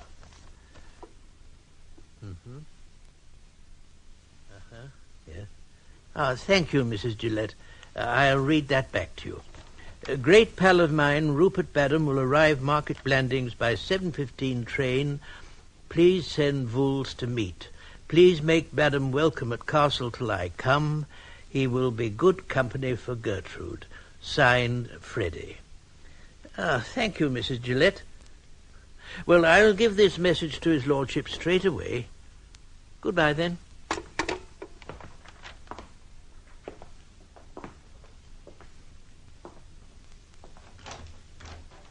Beach.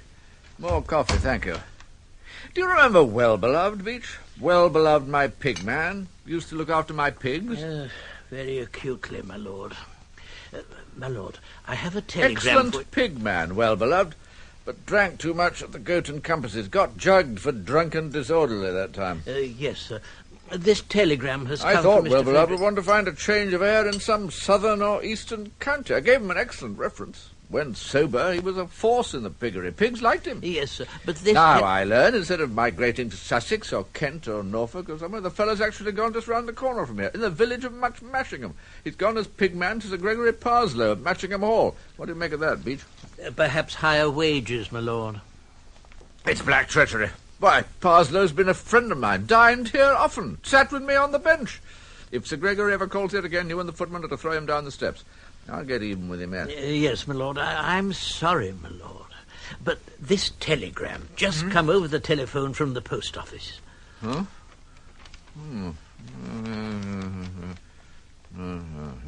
Badham? Rupert Badham? I don't remember any Badham among Frederick's friends. Still, company for Gertrude, that's good. Will you tell Vools to meet that train, Beach? Yes, my lord. And ask Miss Gertrude to come and see me when she's not busy, will you? Very good, my lord. Parslow. Parslow and his pigs. Parslow and my pigman. Higher wages, I suppose. Parslow. Stealing pigmen. Ought to be in the dock, not on the bench. Parslow J.P. Ah, Gertrude, my dear. Uncle Clarence, your tie's gone all crooked. Let me put it straight. Never mind my tie. I've just had a telegram from Frederick. He's sending down a friend of his, Rupert Badham, to stay here for a few days till he comes himself. He'll be here for dinner. I'll arrange a room for him, Uncle Clarence. Thank you, my dear. If he's a friend of Frederick's, he'll be young. And that'll be company for you, won't it? Company? I've got my Schopenhauer to finish, thank you. And Burton's Anatomy of Melancholy to follow. I don't want any young company. Oh, come, my dear. It must be wonderful being as old as you are, Uncle Clarence. What? To feel that there's such a short step to the tomb. The tomb? The quiet tomb. To me, life seems to stretch out endlessly. 23. That's all I am. Only 23. It's such a long time to wait. Oh, dear. Oh, dear. Mr. Badham, my lord. Thank you. Ah, Mr. Badham. Friend of my son, Frederick. Good evening, sir. This is my niece, Gertrude Marshall. Why, hello, Mr. Badham. Hello. You must get to know one another, as I'm rather busy and can't be a good host. But dinner now. We needn't change for dinner this evening, need we, Gertrude, my dear? Yes, Uncle Clarence. We will dress for dinner this evening. Don't be lazy. Off you go and change. I'll put dinner back half an hour. I'm going to wear my red dress. Mr. Badham, just black tie will do. A glass of port, Mr. Badham. I'm sure Mr. Badham doesn't want any port, Uncle Clarence. No, thank you. You go and have yours with your coffee in the library. Just as you say, my dear. I want to show Mr. Badham the rose garden while there's still some light. Splendid, yeah. Let me help you up, Lord Emsworth. Thank you, Mr. Badham. I can walk to the library by myself without your support. Rupert, my angel man. Gertrude. Oh, girl. Oh, Rupert, my angel. Oh, but we must go in, or Uncle Clarence will suspect. Gertrude. Oh, girl. One more kiss. Yes. Yes, we must go in, and I must help your uncle up to bed when he goes. He likes to be helped upstairs, and things, out of chairs, and things, don't you think? I'm sure he does. If Freddie said he would, he must know his father's ways. Freddie's coming down the day after tomorrow, I told you. I'm meeting him at Market Blandings. You're an angel. Do angels have long red dresses? Oh, well... You should know, being a parson. What did they teach you at Theological College?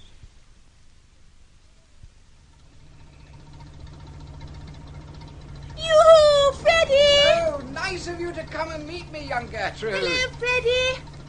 How are things? Is old Beefers ingratiating himself with the governor? Well, yes and no. What do you mean, yes and no? The governor should be looking on Beefers as a prize pig by now. Or is it you, lamb? Well, yes. Rupert has been very zealous, helping Uncle Clarence out of rooms into raincoats, galloping out of the house with rugs, mufflers, hats and things if he finds Uncle Clarence has gone out without them. Perhaps, though, his attentions have been a bit overwhelming. We've been wondering about that. Isn't the governor responding? I mean, he ought to be feeling like an oldest inhabitant who's fallen into the midst of a troop of Boy Scouts all doing good deeds at the same time. Well, perhaps Uncle Clarence was beginning to be grateful. But there was this business with the step-ladder yesterday afternoon, and the embrocation, and trying to rescue Uncle Clarence from drowning. Can we stop the car while you tell me about all this? It sounds so exciting. Well, yes, I think I'd better. I'll, pull in by this gate. Good. Now, fire away. Tell me the worst. Well, yesterday Rupert and I had gone for a bit of a walk, and then I persuaded him it was time to go back and find Uncle Clarence and do some ingratiating. Rupert says he found him up some step-ladder in the orchard, pruning a tree. So Rupert bustled up and said, "Ought you to be tiring yourself, Lord Emsworth? Won't you let me do that for you?" Oh, quite the right note. Assiduity. Zeal. Good. Uncle Clarence said, "No, thank you." At least, Rupert thinks he said, "Thank you." And they stood there, talking, sort of. Uncle Clarence up the ladder, and Rupert holding it steady, he thought. Then Rupert remembered to tell Uncle Clarence that you were coming down today, and Uncle Clarence seems to have had a touch of vertigo or cramp or something, and he gave a kind of sudden sharp groan and sort of quivered all over, Rupert says. How extraordinary. Well, this made the steps wobble, and Rupert tried to steady them, and the next thing was they shut up, like a pair of scissors, and Uncle Clarence was sitting on a hard path, not liking it much. He had ripped an ankle and shaken himself up falling. Altogether, Rupert says, he wasn't frightfully sunny about it. No. Rupert felt he might have lost a bit of ground in his ingratiating on this. Pity. One of the vicars here has been told by his doctors to go and live in the south of France, and the living will be vacant and in the governor's gift. What? Much Matchingham. Now, if Beefers could have gone as vicar there, you two could have got married. Yes, it's a shame. However, Rupert bought Uncle Clarence some lotion for his ankle. A lotion? For his twisted ankle? Oh, good old Beefers. He couldn't have done better. But that was last night. Well? Well, a sort of embrocation it was. Uncle Clarence showed me the bottle this morning. Blake's balsam. He's awfully angry. You'll see what I mean when you go up to his bedroom. Why? Is he in bed? Yes. Good Lord. You see, this lotion, embrocation, stuff, well, Uncle Clarence told me he put a lot of it on his ankle before he went to bed and rubbed it well in. He got to sleep, but dreamed he was being burned at the stake by Red Indians. Feet first. Oh, God. Woke up, found his ankle was even more painful, put more embrocation on it, rubbed it in, managed to get to sleep, woke, and the leg was even worse. Well, go on, girl. Well, after frequent massages of embrocation, at 6 o'clock this morning, he decided he couldn't stay in bed any longer, so he got up and went for a swim. To cool his leg, chiefly. Thought the cold water of the lake might be good for it. Oh, yes. Governor loves an early morning swim in the lake. Well, he said it made the leg feel better immediately he got it in the water. His ankle cooled off and he could kick and splash, and thinking he was on his own, he started to sing as he swam about on his back. So? Freddie, you must understand that Rupert and I had arranged to get up early and meet behind the rhododendrons for a walk in the sunrise. And Rupert was there, waiting for me. Beefers. And so then what? So then Rupert made his big mistake. He thought Uncle Clarence's singing was a cry for help, that Uncle Clarence was in difficulty in the lake, and that this was his big chance of ingratiating himself for life by rescuing Uncle Clarence, was saving his life. Oh, Beefers used to swim for Oxford. Yes. So Rupert ran to the lake, tore off his coat and plunged in to rescue Uncle Clarence. Uncle Clarence struggled, so Rupert did what all water rescue instructions say you must do when you're saving life. He aimed a blow at Uncle Clarence, right on the jaw, and knocked him senseless. Oh, dear. It stopped his struggling, and Rupert was easily able to drag him to the bank. Old Beefers boxed for Oxford, too. Heavyweight. Well, Uncle Clarence woke up safely, tucked into his own bed and with a headache, also shouting curses at poor Rupert, which, as a clergyman, Rupert would not have liked to hear. You see, when Uncle Clarence looked again at the bottle of lotion Rupert had given him, Blake's balsam, he saw it was an embrocation for horses. For horses? Oh, golly. For horses, yes.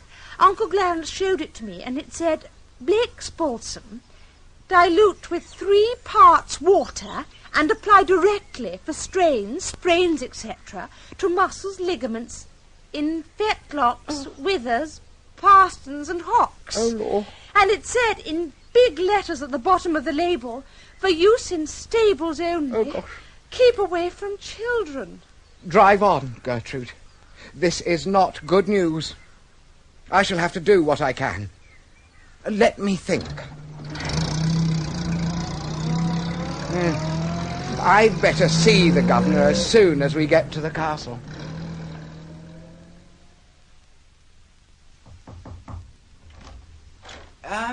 Can I come in, Governor? Very glad to hear the ankle's better. Better? I hear Rupert, Mr. Badham, rescued you when you were drowning in the lake. I was not... He may have given you the wrong lotion, but he saved your life, didn't he? Frederick, I'm glad you've come. This friend of yours... Yes, Gertrude's been telling me. How are you feeling? Extremely ill. Might have been worse. Worse how? Watery grave and so on. I was enjoying my swim with that... Did you wish to reward your brave rescuer? If that young friend of yours comes near me, I will not be answerable for the consequences. What? Don't you like him? Like him? I think he's the most appalling young man I ever met. I say, Governor, that's all very well, you know, but after what's happened, it looks to me as though you're jolly well bound to lend your countenance to the union, if you know what I mean. Union? What union? What are you talking about? Union with whom? Gertrude and old Beefers. Who the devil is old Beefers? Yeah, forgot to tell you about that. This bird Badham, he's not really called Badham at all. Not Badham? He's Rupert Bingham. Old Beefy Bingham. Reverend Beefy Bingham. Reverend? You know, the fellow Aunt Elizabeth doesn't want Gertrude to marry. What? Oh, throw your mind back, Governor. They pushed Gertrude off here to Blandings to keep her out of his way in London. Now, I had the idea of sending him down here incog to ingratiate himself with you, the scheme being that when you'd learnt to love him, you would slip him a vacant vicarage, thus enabling him to get married, no longer being an impoverished curate, but a well-paid vicar. Tithes, Easter offerings and all that. What are you babbling about? Not Badham? A vacant vicarage? Learn to love him? You know, Governor, there's nothing to prevent you from linking two young hearts in the bonds of love. I mean, you know old Braithwaite, the vicar of Much Matchingham, has been told by his doctors to go and live in the south of France. So there's a living going. You've got to slip it to somebody. Much Matchingham? Oh, dash it, you must know Much Matchingham. It's just across the fields, where old Parslow lives. Dear Frederick, do keep quiet for a minute. Let me think. Parslow, Matchingham. That snake in the grass who's lured away with higher wages my pigman well-beloved. Parslow, squire of Much Matchingham, has to set an example to the villagers and go to church every Sunday. If I give the vicarage to your appalling friend, this fellow Badham, Parslow will have to listen to his sermons, mend his church roof and the organ, subscribe to his Sunday school treats. Serve him right. Certainly I will give your splendid clergyman friend, Rupert Bingham, the vicarage of Much Matchingham. And may he be a thorn in the flesh of old Parslow as long as they both shall live. Gertrude, Beefers, Hello? You come see the governor? Just wait till you hear how he's going to reward you, Beefers, for saving him from drowning this morning. Vicar of Much Matchingham. Rupert, my angel, we can get married. Gertrude, at last. Uncle Clarence, I shall kiss you. Oh, my ankle and my jaw. That very hit me. Ready? I shall kiss you too. Oh, I say, not And I necessary. promise that when Rupert and I are married and have pattering feet about the vicarage... Oh, I say. Dogs, we shall feed them on Donaldson's Dog Joy and nothing else but... Oh, good girl. And I'll bathe your mother in London to my will one day too. All her 8 dogs. A big order there for Donaldson's Dog Joy.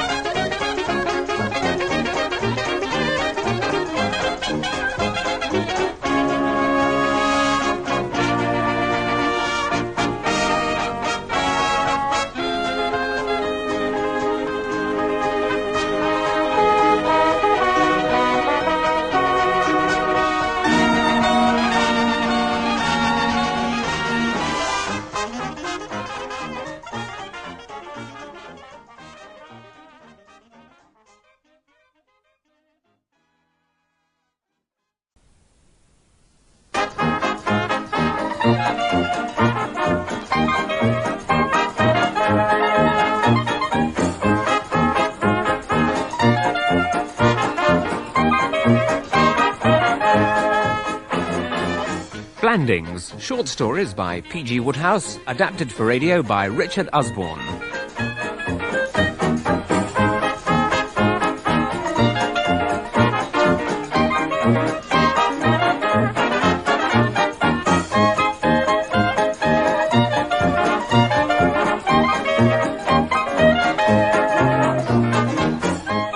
With Richard Vernon as Lord Emsworth, Lockwood West as Beach the Butler, and Margot Boyd as Lady Constance.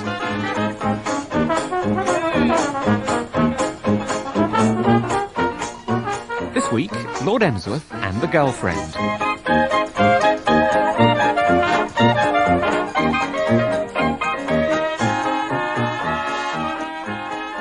The day was so warm, so fair, so magically a thing of sunshine and blue skies, that anyone acquainted with Clarence, 9th Earl of Emsworth, would have pictured him going about the place with a beaming smile and an uplifted heart.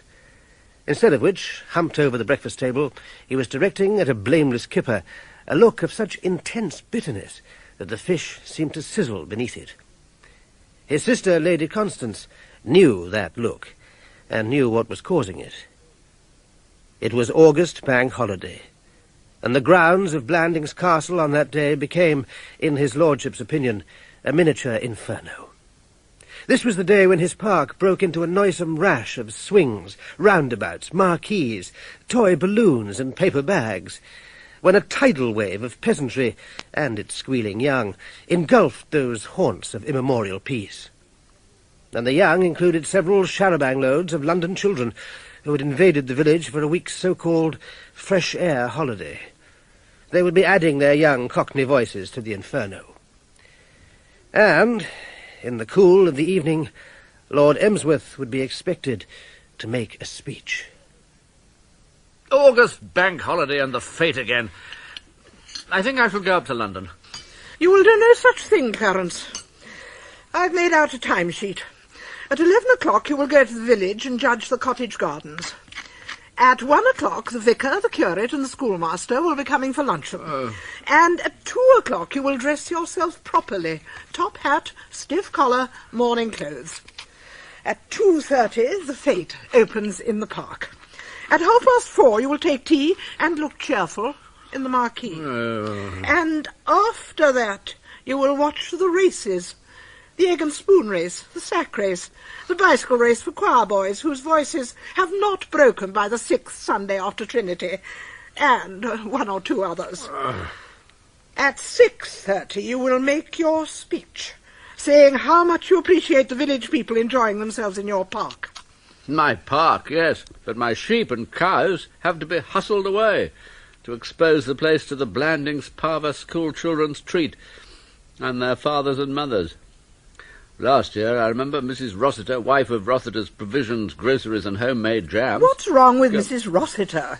She's a nice, quiet woman, and she bobs me a curtsy when she sees me. Yes, and last year at the school treat here, we saw her flushed in the face and with her bonnet on one side, seemed to have gone completely native, wandering about drinking lemonade out of a bottle, and when not drinking, employing her mouth to make a frightful noise with what I believe is called a squeaker. She was enjoying herself, quite harmless. What right have people to come into my private park and blow squeakers? How would Mrs. Rossiter like it if one afternoon I walked into her neat little garden in the High Street and rushed about her lawn blowing a squeaker? Oh, Clarence, you're being silly.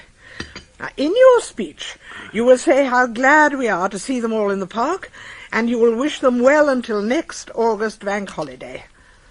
Have you got the speech and learnt it by heart? Swings, roundabouts, marquees, toy balloons, paper bags and melting ice creams. Yes, I've got my speech ready. Well, mind you don't stammer and dodder over it as you did last time. And I think I'll come with you to the village this morning when you judge the gardens there. What? There are a number of these fresh-air London children staying here now, and I must warn them to behave properly when they come to the fete. You know what these London children are. McAllister says he found one of them in the garden yesterday picking his flowers. His flowers? Who does McAllister think he is? His flowers? By the way, McAllister was speaking to me again last night about the gravel path through the yew alley. He's very keen to have it. McAllister will not have it. I will not have it. He's not in Glasgow now, in the municipal gardens, where he started as a boy. The Blandings yew alley is famous. It's in all the gardening books. The path is of moss, and has been of moss since the 16th century. Gravel, indeed. Mutilating that lovely expanse of green velvet. Why not a few hoardings advertising liver pills? Why not a petrol filling station? That's what McAllister would like, I expect. Well, I agree with McAllister. What?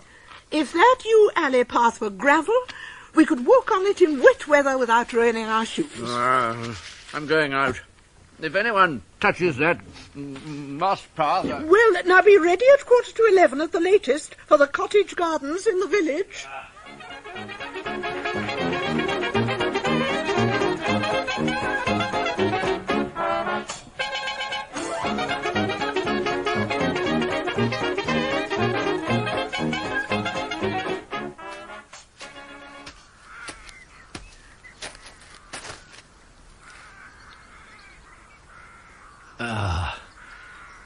Silent feel of moss underfoot. That gravel path in the yew alley is sacrilege. Good morning, McAllister. Good morning, your lordship. I was speaking to her ladyship yesterday, your lordship. Oh? About the gravel path. I was speaking to her ladyship.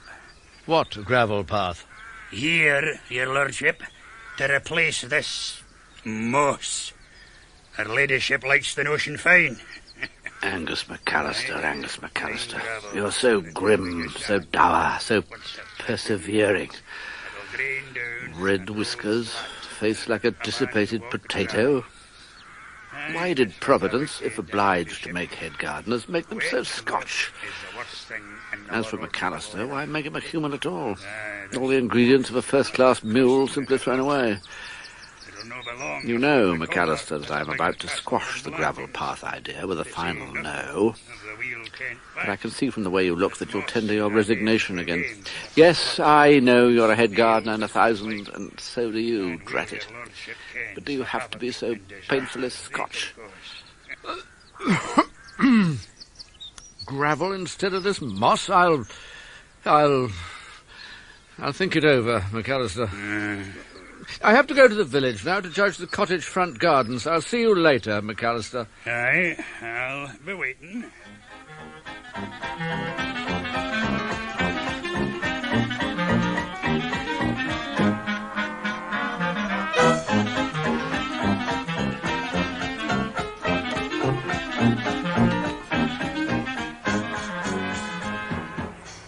Yes, like that herbaceous. Good colour, though.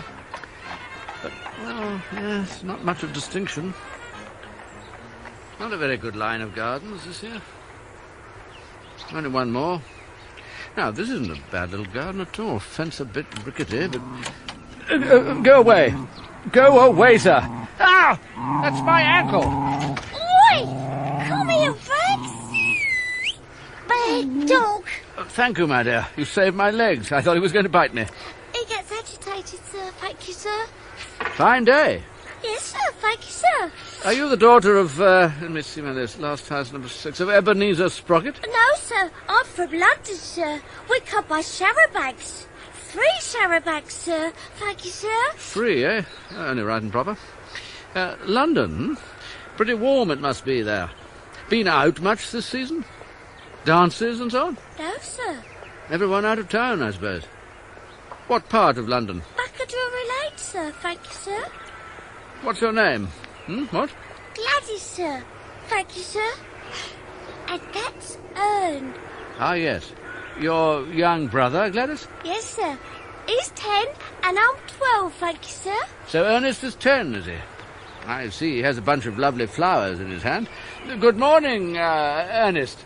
I got their flowers for him up at the big house. Oh, the old Jossie the place belongs to didn't half chase me. He found me picking them, and he shouted something at me and come running after me. But I cocked him in the shin with a stone, and he stopped to rub it, and I come away with them flowers. God bless my soul, you're a brave girl. I'd never have had the courage to throw stones at McAllister. Pardon, sir? Nothing. Thank you, sir. Ernie's wearing hair oil today. Hair oil? Oh, yes. Phew. For the fete. For the feet? For the fete. In the park. This afternoon. Oh, you're going to the fete? Yeah. Yes, sir. Thank you, sir. We must look out for each other. You will remember me again. I shall be wearing, I'm sorry to say, a top hat. Well, goodbye. Bye, sir. Thank you, sir. Come on, Rags, and look sharp about it. Oh, there you are, Clarence. Have you finished judging the gardens? Yes. I've just got to go into the end cottage here. The vicar tells me there's a little girl from London here with her brother. I want to warn her to behave at the fete this afternoon. I've spoken to the others. Well, mind what you say. None of your district visiting stuff, Constance. What do you mean? I have the greatest respect for the young lady to whom you refer. She behaved on a recent occasion with remarkable gallantry and resource. I won't have her bully-ragged, understand? Really, Clarence? Anyway, I can hear the music. We must get to the fete.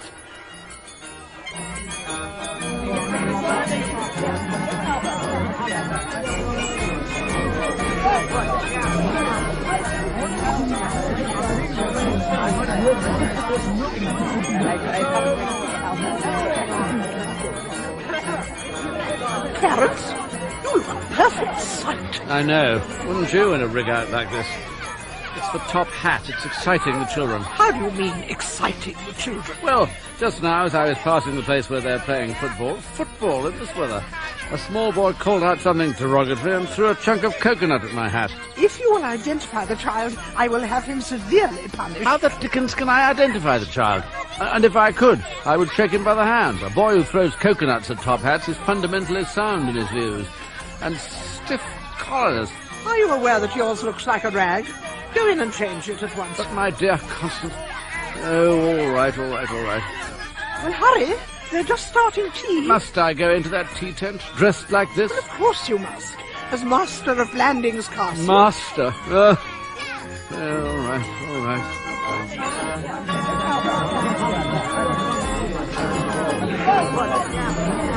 It always seemed to Lord Emsworth, in analysing these entertainments, that the August bank holiday saturnalia at Blandings Castle reached a peak of repulsiveness when tea was served in the big marquee. Conditions during the tea hour, the marquee having stood all day under a blazing sun, were generally such that Shadrach, Meshach and Abednego, had they been there, could have learned something new about burning fiery furnaces.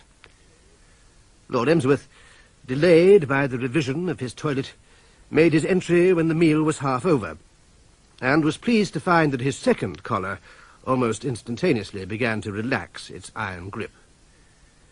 That, however, was the only gleam of happiness which was to be vouchsafed him.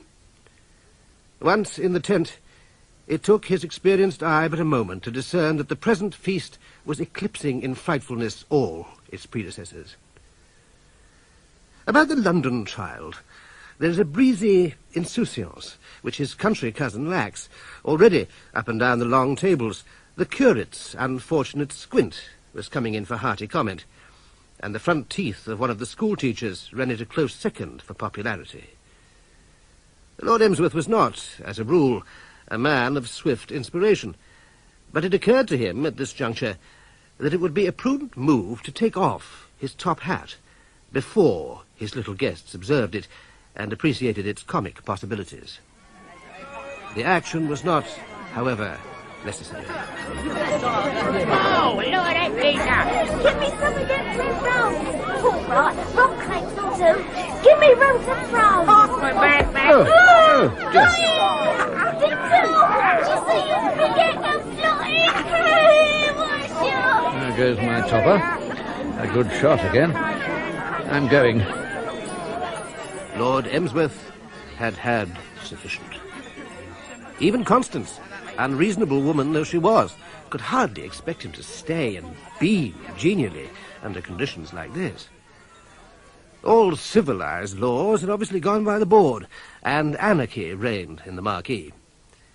The curate was doing his best to form a provisional government consisting of himself and the two schoolteachers, but there was only one man who could have coped adequately with the situation, and that was King Herod, who regrettably was not among those present.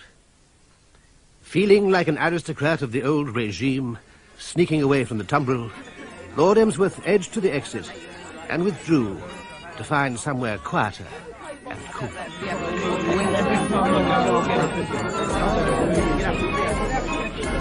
There is a scorcher here today. This cowshed looks cool. I wonder where they put the cows. Dark after the blazing sun, but cool. Who's that? Please, sir. Thank you, sir. God bless myself. What in the world are you doing in the cowshed? Oh, please, sir. I was put. How do you mean, put? Why? Pinching things, sir. Pinching things? What did you pinch? 2 buns, 2 jack sandwiches, 2 apples, and a slice of cake. Blow your nose. Here's my handkerchief. Oh, yes, sir. Thanks, sir. No, keep it. Oh. What did you say you had pinched? 2 buns, 2 jack sandwiches, 2 apples, and a slice of cake. Did you eat all that? No, sir. They wasn't for me. They was for Ern. Ern? Oh, yes, to be sure, your young brother. But why the deuce couldn't Ern have pinched them for himself? Strong, able-bodied young fellow. He wasn't allowed to come to the treat. What? Not allowed? Who said he mustn't? The lady, sir. What lady? The one that come in just after you got out this morning.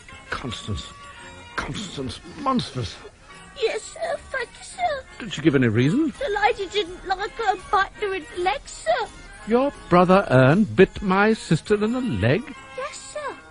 Plain he was a dog. And the lady was cross, and Ern wasn't allowed to come to the treat. And I told him I'd bring him back something nice. I thought that if I didn't have none, then it would be all right Ern having what I would have had if I had have had. Yes. I see what you mean, I think. Well, we'll put that right now. Come with me. The lady said I was to stop here. Confound the lady. We'll go to the big house, have some tea ourselves, and see about something for your brother. Oh, yes, sir. Thank you, sir.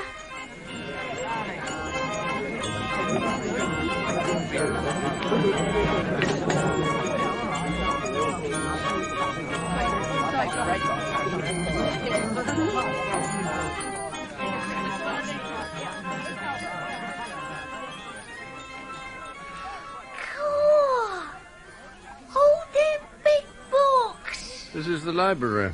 I've rung for some tea for us. Ah, yes, Beach. This young lady and I would like some tea. Oh, very good, your lordship.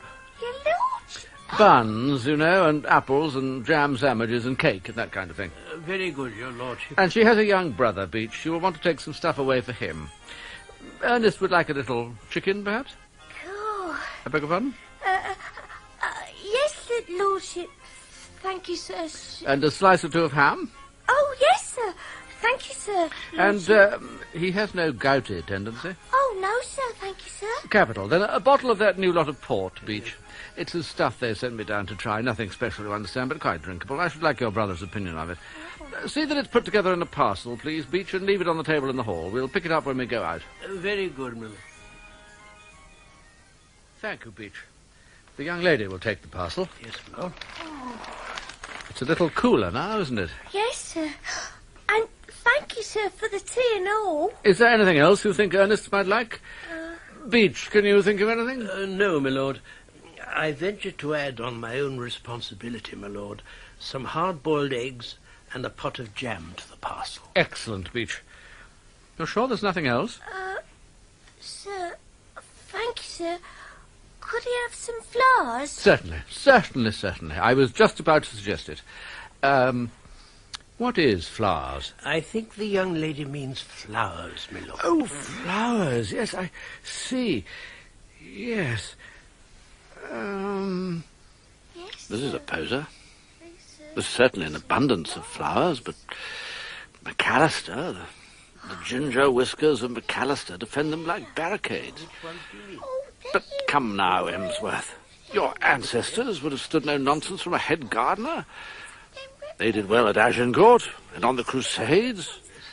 Shall I, the 9th Earl, allow the craven fear of Angus McAllister to stand in the way of this delightful girl and her charming brother getting all the flowers they want?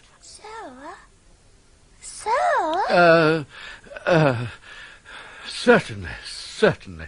Take as many flowers as you want. Oh, thank you, sir, thank you.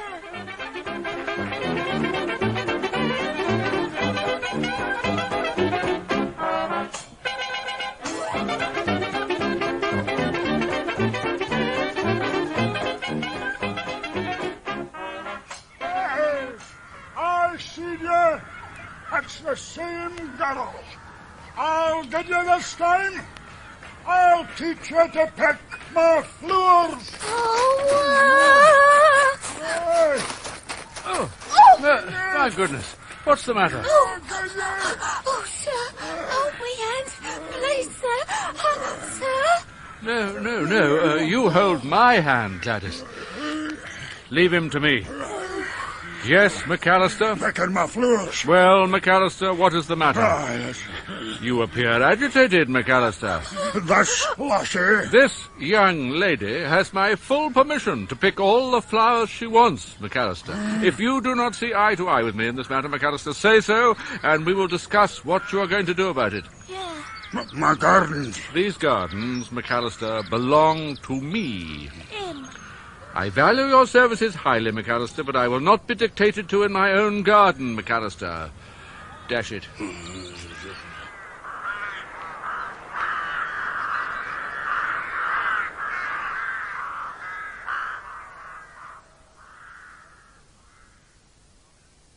A long moment followed, in which nature stood still, breathless.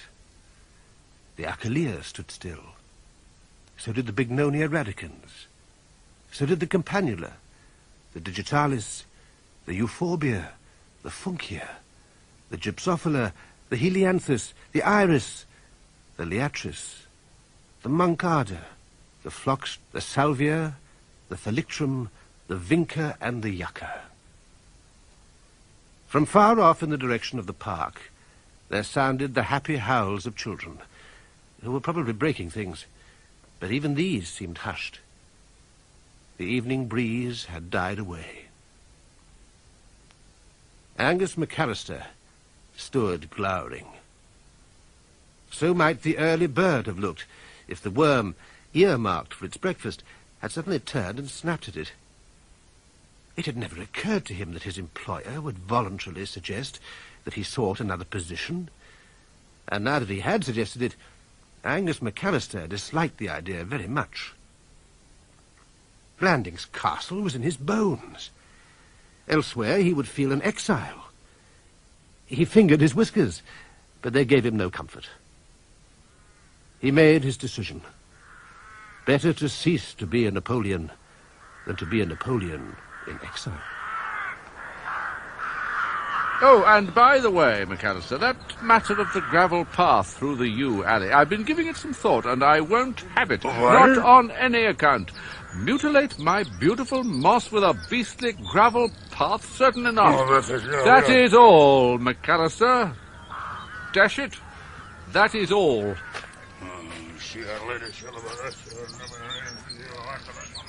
Oh, sir. You were not brave. Phew. You gave me courage, young lady, holding my hand. I wish I could meet my sister now. I want a word with my sister. Clarence! Clarence! Don't keep yelping. Clarence! Clarence, you're not a dashed parrot. What the dickens is the matter? Matter? Do you know what the time is? Do you know that everybody down there is waiting for you to make your speech? I do not, and I don't care. I'm not going to make any dashed speech. Let the vicar make it. Or make it yourself. Speech? Whoa, nonsense. Yeah. And I'll talk to you later about your behaviour to this young lady from London. Clarence! Well, Constance, off you go. Don't keep them all waiting. I just don't know what's got into you, Clarence. Really, Now, Gladys, my dear, you sit on this bench for a few minutes. It's in the shade. Just give me some time to get out of these infernal clothes and put on something human, and then we'll go down to the village and have a chat with Ern. Sir. Thank you, sir.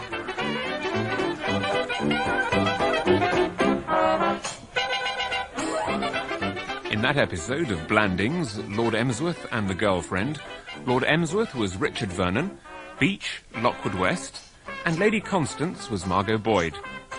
Nigel Anthony was the narrator, Henry Stamper McAllister, and Susanna Dawson was Gladys. Other parts were played by members of the cast.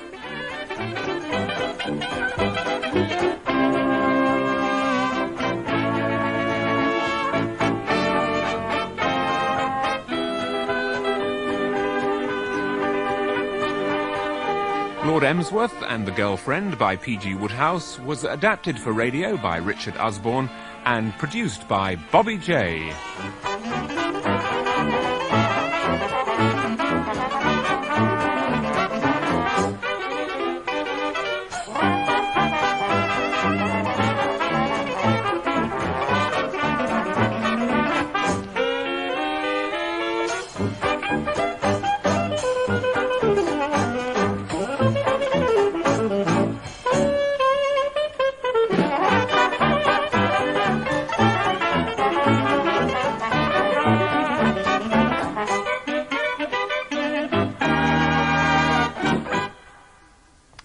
Next week's episode is the first of a two-part story, The Crime Wave at Blandings. Lord Emsworth's grandson, George, is staying at the castle, and memories of his own childhood lead the 9th Earl into a lot of trouble. Episode 6 of Blandings is next Saturday at 12:27.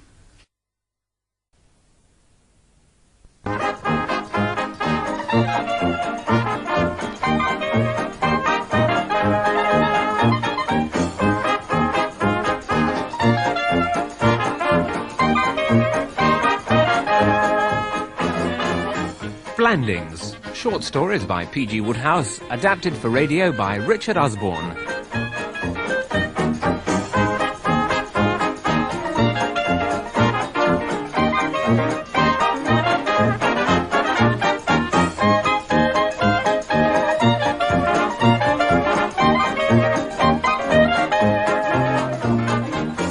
With Richard Vernon as Lord Emsworth, Lockwood West as Beach the Butler, and Margot Boyd as Lady Constance.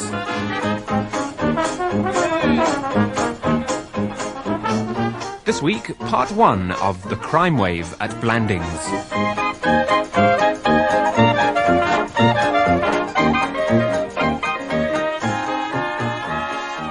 Blandings Castle basks in summer sunshine, and all seems peaceful. Its owner and overlord, Clarence, 9th Earl of Emsworth, has not today, so far, quarrelled with his sister, Lady Constance. Some bother about their pretty niece, Jane, but he had forgotten what it was. His grandson, George, was happy, roaming the shrubberies and orchards with his newest, most precious possession, an air gun. Lord Emsworth himself is sitting in a deck chair in the shade on the terrace, and Beach, the butler, has brought out to him a long, cold drink.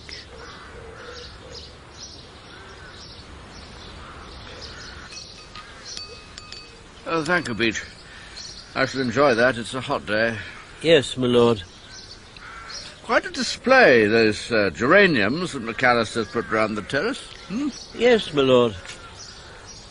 Do you remember, Beach, when that fellow Baxter, who was my secretary, threw geraniums, pots and all, up at my bedroom window last summer? Very vividly, my lord.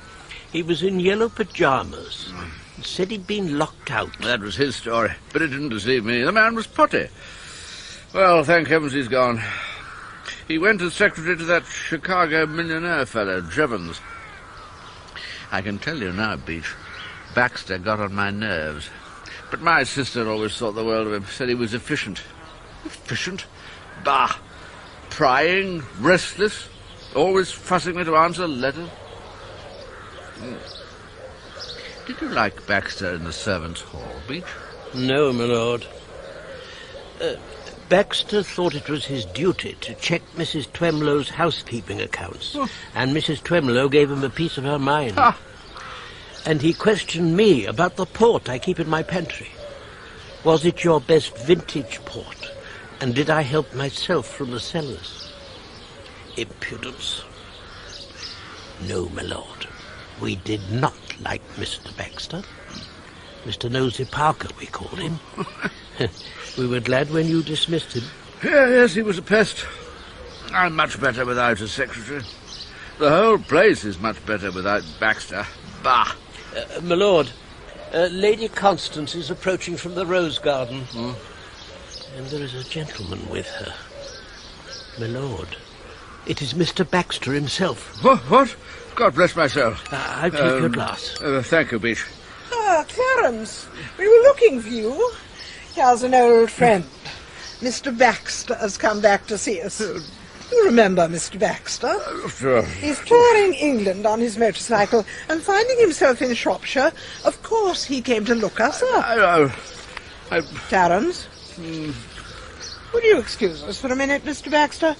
There's something I want to talk to Lord Emsworth about. Of course, Lady Constance. In fact, I must go and move my motorbike. Thank you, Mr. Baxter. Clarence. Just like a stuck pig. A pig? What about pigs? I was saying you were looking like a stuck pig. You might at least have asked Mr. Baxter how he was. What's he doing here?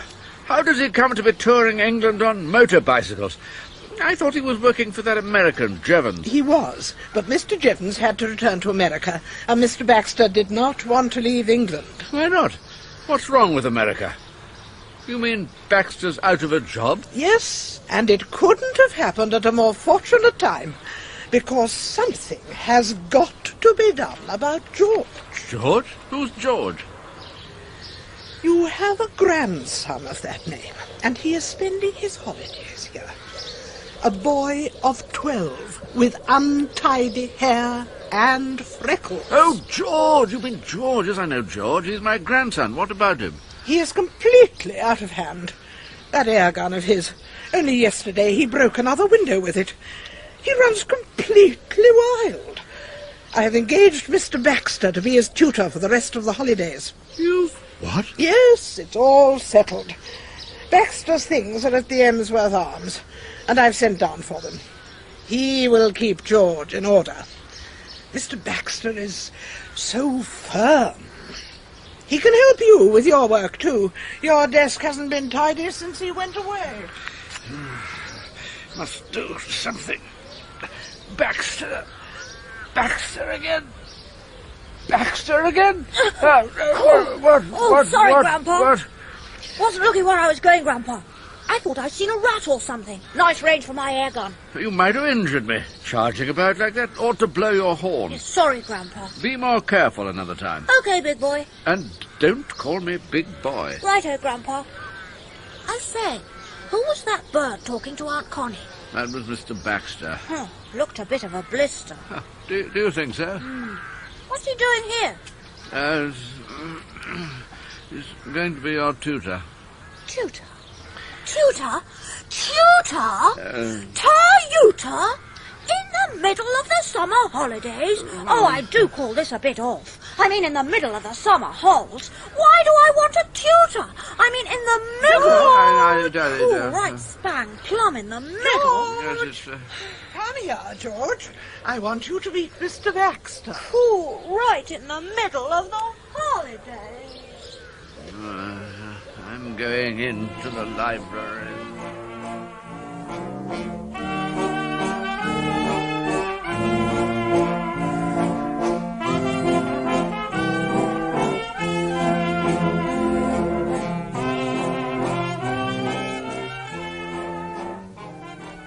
It's cooler here. Cooler and quieter.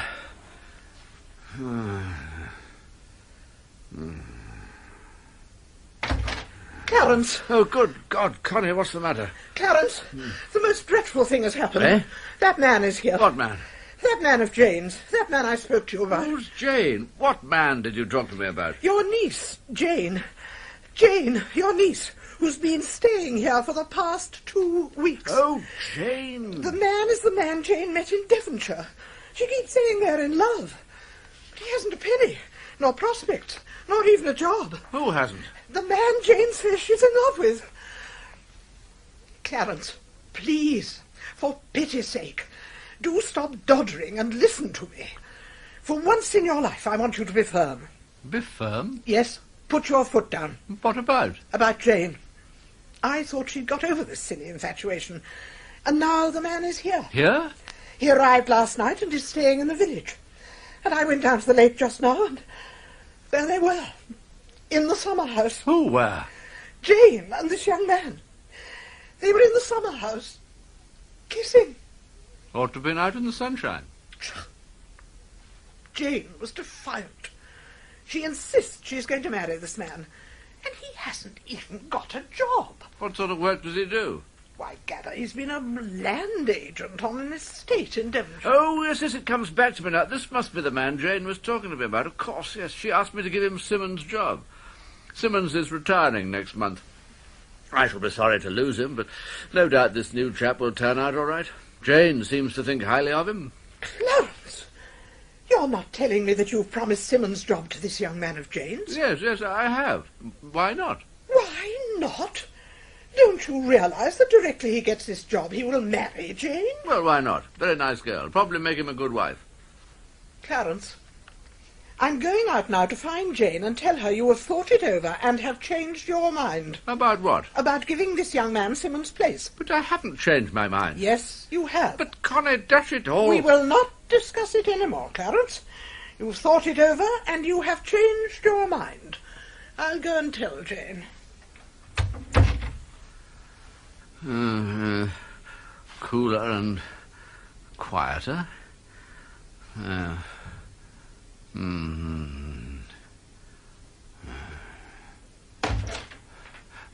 Why, Jane?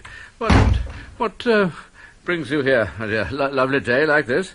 I want an explanation, Uncle Clarence. Explanation, my dear? Yes, explanation. Yes, what about? You jolly well know what about. That agent job.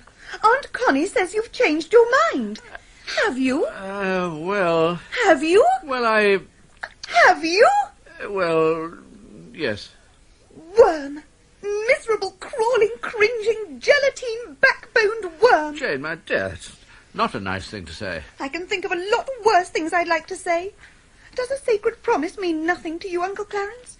Does a girl's whole life's happiness mean nothing to you? Well, it's no good.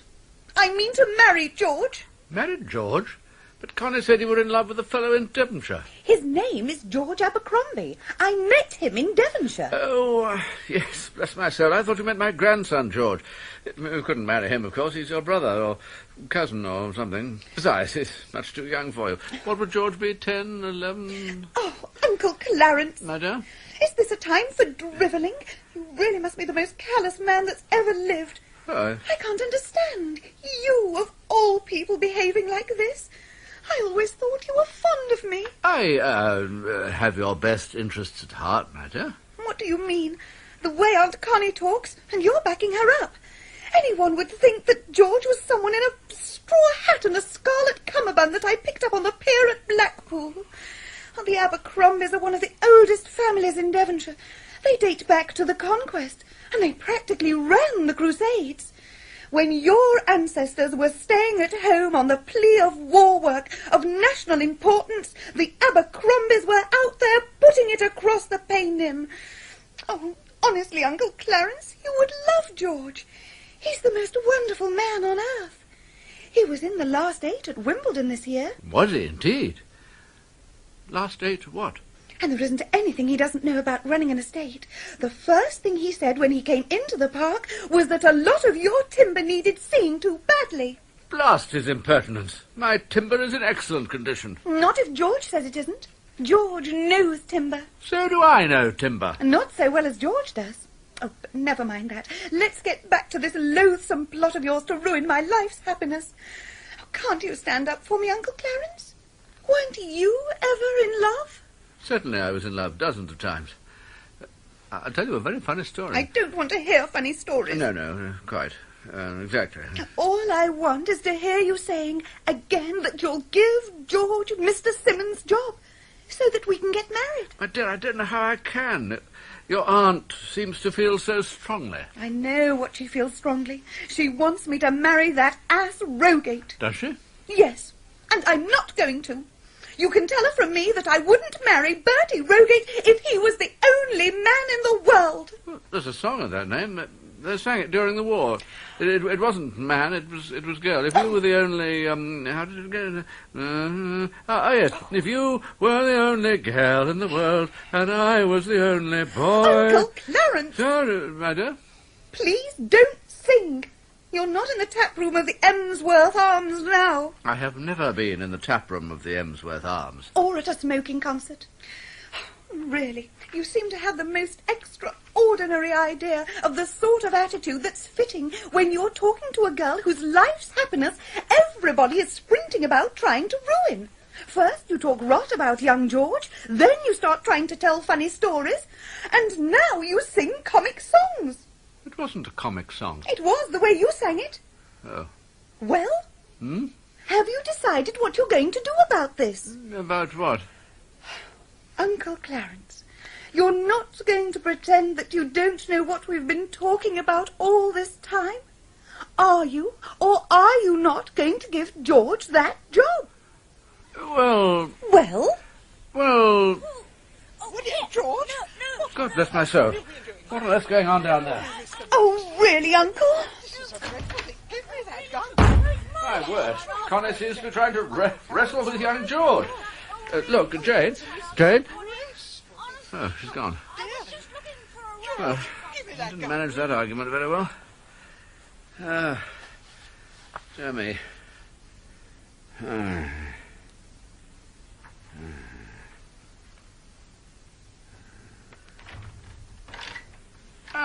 Beach. Good heavens, what have you got there? It's an air gun, my lord. I can see that, dash it, and a box of pellets. They belong to my grandson George, don't they? Why are you bringing them to me? Her ladyship instructed me to carry them to your lordship for safekeeping. Why the deuce are they taking his air gun away from the poor boy? I see Beach has brought it to you. George is not to be allowed to have it any more. Do you know what he did? He shot Mr. Baxter. What? Yes, out on the drive, just now. George shot him from behind a bush. Good gracious. Well, well. Yeah, nice little gun. Nicely balanced. Backsight? Foresight? Please, don't wave it about like that, Clarence. It might be loaded. Not if George has just shot Baxter with it. No, it's not loaded. I haven't had one of these things in my hand since I was a child. Did you ever have one of these guns, Beach? Yes, my lord. When I was a small lad. Bless my soul. I remember my sister Julia borrowing mine to shoot her governess. Don't be absurd, Clarence. It's not absurd. She did shoot her. But women wore bustles in those days. Pity. Beach, do you remember my sister Julia shooting Miss, what's her name, the governess? No, my lord.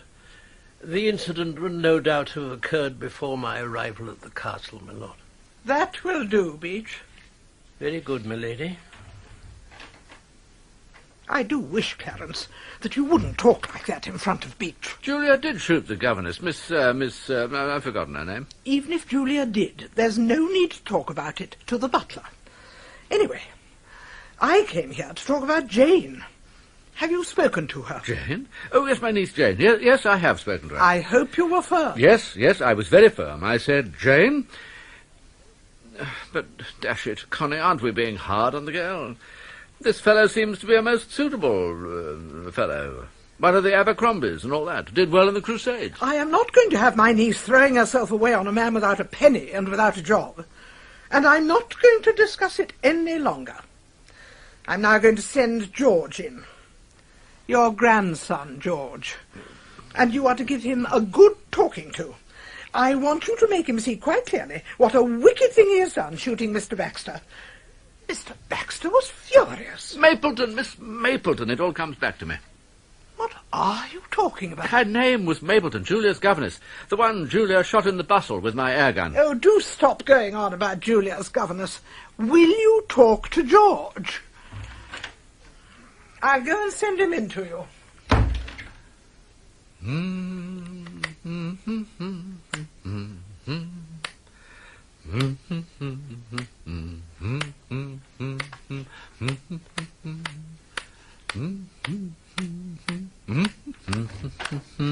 Hello, Grandpa. Hello, my boy. Aunt Connie Connie said you wished to see me. Oh, yes.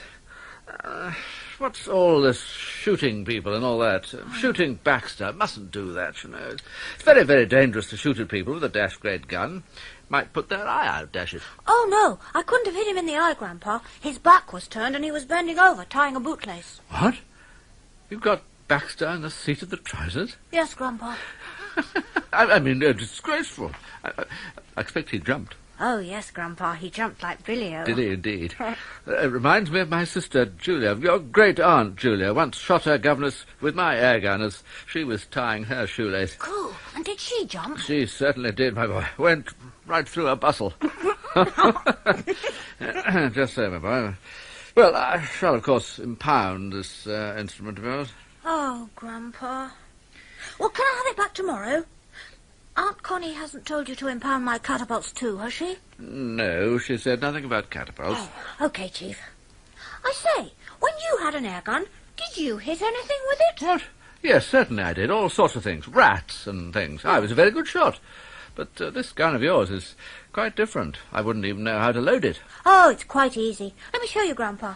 Look, you open it like this, and shove the slug in here, see? This way up, and snap the gun together again. There you are. Indeed. Yes, of course. Clever. You can't kill anything much with it. Still, it's awfully useful for tickling up cows. And Baxter. Yes. Still, we mustn't laugh about it, my boy. Oh. No joking matter. But Baxter's a blister. He is a blister, yes, but he's your tutor. Now, off you go. Well, I don't see why I've got to have a tutor plumb spang in the middle of the holidays. Off you go. Look, I work like the dickens through the term, and then they slosh a tutor on me in the halls. I call it a bit thick. Ingenious, the way this gun pumps air into itself. You put in a pellet, and it's ready for firing. Comes nicely up to the shoulder. Oh, bless myself. Hit the bust of Aristotle. Well, fluke, I wasn't aiming. It's coming back to me. I'll reload. And then we'll see some action. What's going on outside the window? Cows to be tickled up? No, not on the terrace. But, just a second. It's Baxter again, and he's stooping to sniff a flower. Got him. Quick, let's put the gun away and sit down and read a book. Be reading a book, yes. Did you ever hit anything, Grandpa? Pah! Still, Connie must never hear of this. Now. Oh, Connie! What's the matter, Clarence? What? Why are you looking like a dying duck? I'm not looking like a dying duck. I'm reading. Well, have you spoken to George? Certainly. Yes, of course. He was in here just now, and I spoke to him. What did you say? I said that I wouldn't even know how to load one of these things. Did you give him a good talking to? Of course I did. I said, George, you know how to load these things, and I don't, but that's no reason why you should go about shooting Baxter, I said. Baxter, my dear fellow. Something the matter, Mr. Baxter? Matter? I should say so. That infernal boy has shot me again. Only a few minutes ago out on the terrace. I was stooping down and something hit me on the... Something hit me. Probably a wasp. A wasp? They are very plentiful this year. But wasps, you know, serve a purpose. They keep down the leather jackets and the lawns. But I confiscated George's air gun. Look, there it is. Yes, it must have been a wasp, Baxter. You've not left the room since Beach brought the gun to you. No, been here all the time. So George can't have shot you, Mr. Baxter. Perhaps you imagined the whole thing. I am not subject to hallucinations, Lord Emsworth. But you are, Baxter. You're always getting them. Clarence. Well, he is. Remember the time last summer when he threw flower pots through my bedroom window? Clarence. Oh, all right. It really is impossible that George should have done this, Mr. Baxter. The gun has never left this room. I wonder if you would mind leaving us for a minute, Mr. Baxter. There's something I want to discuss with Lord Emsworth. Indeed, Lady Constance. Well, Clarence? Well, what? Was it you who shot Mr. Baxter? Me? Who? Me? Shot Baxter? Never heard anything so dashed absurd in my life. How could I have done it? Not even knowing how to load the contrivance. You used to know how to load an air gun. It's quite easy. I could do it myself. Well, I didn't. Well, how do you account for Mr. Baxter being shot when the air gun hasn't left this room? How do you know he was shot with this air gun? How do you know it wasn't another air gun? Beach may have an air gun. He used to have one when he was a small lad, he said so. I'd watched that man closely. Please, don't be ridiculous, Clarence. Why should I pot people with air guns? And how do you suppose I could have hit Baxter at that distance? He was standing on the terrace, he says, and I was here. Who do you think I am? One of those people who shoot apples off their son's head? No, really, Baxter's very strange. Throwing flower pots through my bedroom window at 6 in the morning in yellow pyjamas. Shot, indeed. The man's potty. And now I'm going down and into the garden to look at my roses. I came here for some quiet reading and meditation, and there's been a constant stream of people in and out saying they're going to marry a man named Abercrombie, saying they've been shot and so forth. And I might just as well try and read and meditate in Piccadilly Circus. Clarence, I am in despair.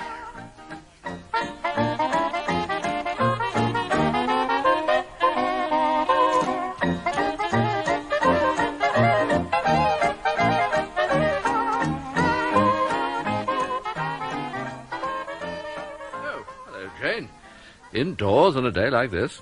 Come out with me and see my roses. No, Uncle Clarence. I want to talk to you. Here, in the writing room. Can't stop, my dear. Can't stop. Oh, yes, you can. Old Sure Shot. What? Two-Gun Thomas, the marksman of the prairies. He never misses. Step this way, Uncle Clarence, and close the door. That's better.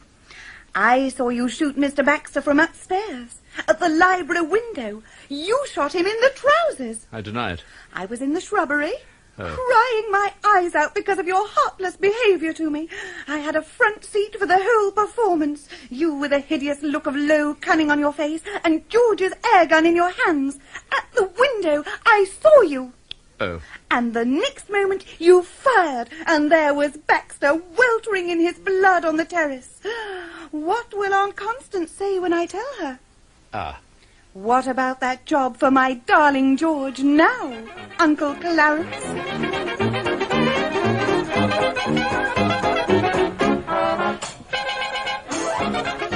In part 1 of The Crime Wave at Blandings, Lord Emsworth was Richard Vernon, Beach, Lockwood West, and Lady Constance, Margot Boyd. Nigel Anthony was the narrator, Elizabeth Proud, George, Helen Atkinson Wood was Jane, and Michael McLean, Mr. Baxter.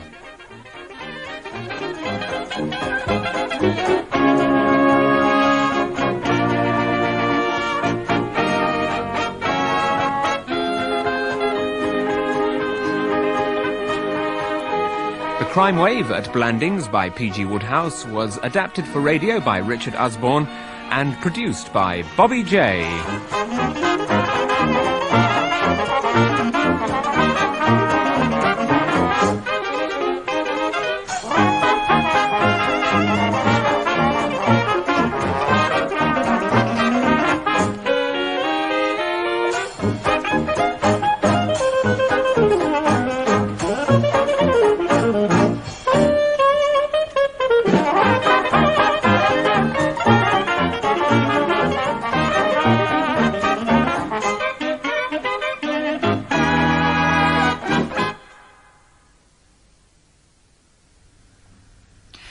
And there's another chance to hear that episode on Monday lunchtime. Well, next week, the crime wave reaches alarming proportions. It seems Lord Emsworth is not the only one to find young George's airgun irresistible. Tune in at the same time next Saturday for part 2 of the crime wave at Blandings.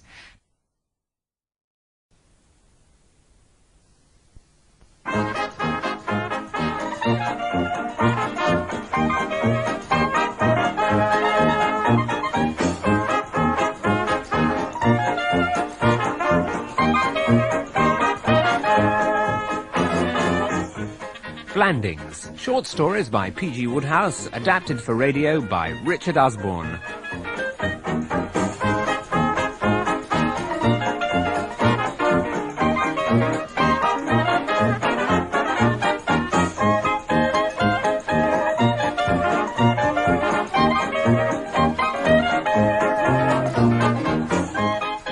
with Richard Vernon as Lord Emsworth, Lockwood West as Beach the butler, and Margot Boyd as Lady Constance.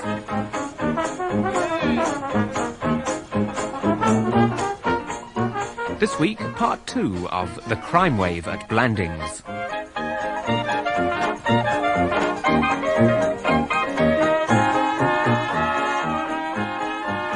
Now, where did we get to last week? Blandings Castle. Yes. And young George, Lord Emsworth's grandson, has had his beloved air gun confiscated and taken into custody because he has shot Rupert Baxter, the efficient Baxter, once Lord Emsworth's hated secretary, in the trouser seat. So far, so good.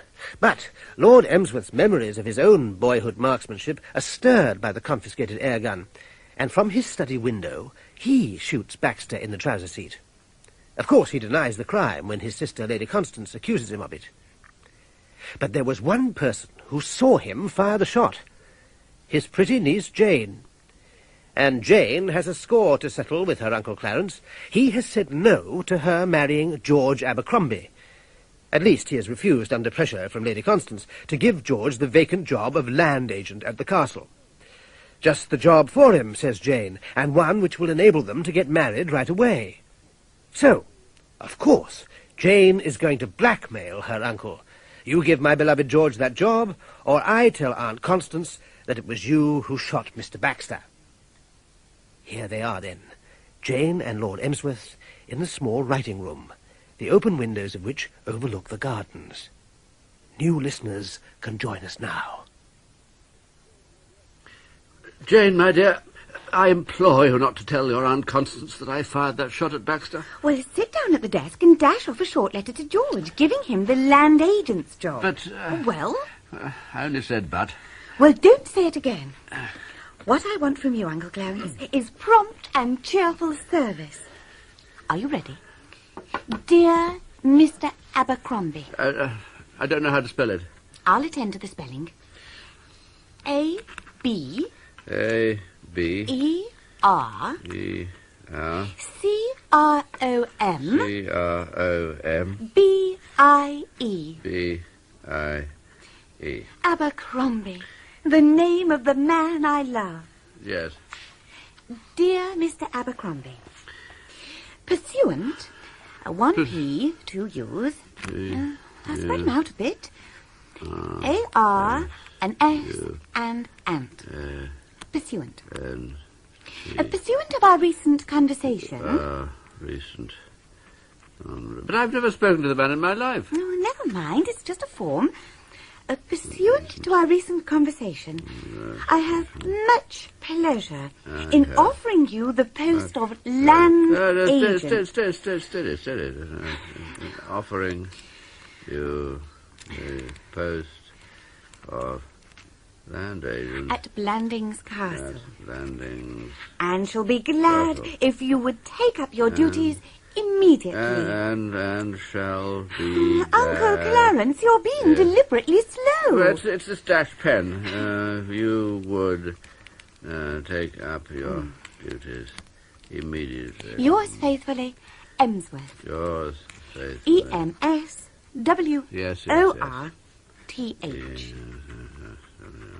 Fine. Oh, thanks most awfully, Uncle Clarence. Well, I must hurry off. Thank you again, Uncle Clarence. You're an old darling, when you don't let Aunt Constance bully you. She'll never know that I shot Baxter, will she? Not from me. Cross my heart. Ah. Oh, phew. What? Lord Emsworth. Oh, God bless my soul. Baxter, my dear fellow, you made me jump. I didn't see you outside the window. Were you sitting out there on the garden bench? Yes, Lord Emsworth. Baxter, could you spare me a minute in the writing room here? Certainly, Lord Emsworth.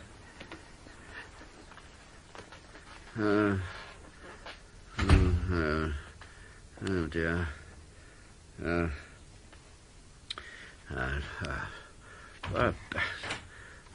You wish to speak to me, Lord Emsworth? Please sit down, Baxter. I prefer to stand, thank you. Yes. Tell me, Baxter, when you were outside, in the garden, near the window, just now, I wonder, did you by any chance hear my niece and myself talking? I did. Then I expect, I fancy, perhaps, but possibly, no doubt, you were surprised at what you heard. I was astounded. I meant to tell you all about that. Oh. Yes, I welcome the opportunity of telling you all about it. I fancy my niece's remarks may have misled you. Not at all. But you may have received, from what she said, the impression that I took deliberate aim at you with the air gun. Precisely. No, she was quite mistaken. She got hold of the wrong end of the stick completely. Girls say such dashed silly things, cause a lot of trouble, upset people. They ought to be more careful. What actually happened, my dear fellow, was that I was glancing out of the library window with the gun in my hand, and without knowing it, I must have placed my finger on the trigger, for suddenly, without the slightest warning, you could have knocked me down with a feather, the dashed thing went off. By accident. Indeed. Purely by accident. I should not like you to think that I was aiming at you. Indeed. And I should not like you to tell anybody about the unfortunate occurrence in a way that would give her, I mean them, the impression that I aimed at you. Indeed. That's how it was. I see. Pure accident. Nobody more surprised than myself. I see. Tell me, Baxter, are you doing anything just now? Yes. I'm going to look for Lady Constance. I mean, I gathered from my sister that you were at liberty at the moment, that you had left the American, Mr. Jevons, and I was hoping, my dear Baxter, that I might be able to persuade you to take up, to resume. In fact, I was going to ask you to become my secretary again. You were? You were? Yes. In that case, Lord Emsworth, thank you. I shall be delighted. I was always happy at the castle. Thank you very much. What a beautiful evening. You will not mind my not changing to a black tie for dinner, will you, Lord Emsworth? I'll send for my evening clothes tomorrow. Yes. I must go to my rose garden now. Roses always give their best scents in the evenings. I'm so glad we understand each other, Baxter. Yes, indeed, Lord Emsworth. Now, if you'll excuse me. Oh, dear. Oh, dear. What was it that poet fella said? I learnt it at Eton. Oh, what a tangled web we weave when first we practice to deceive. When first we practice shooting air guns, he meant. Just one careless, off-hand pop at a bending Baxter, and what a harvest, what a retribution. As a result of that single idle shot, I've had to take on a land agent, which will infuriate Connie, and a private secretary, which will make my life once again the inferno it was before, in the old, bad Baxter days. Couldn't have got myself into more trouble if I'd gone blazing away with a machine gun. Oh, dear, oh, dear. I must go out to my roses.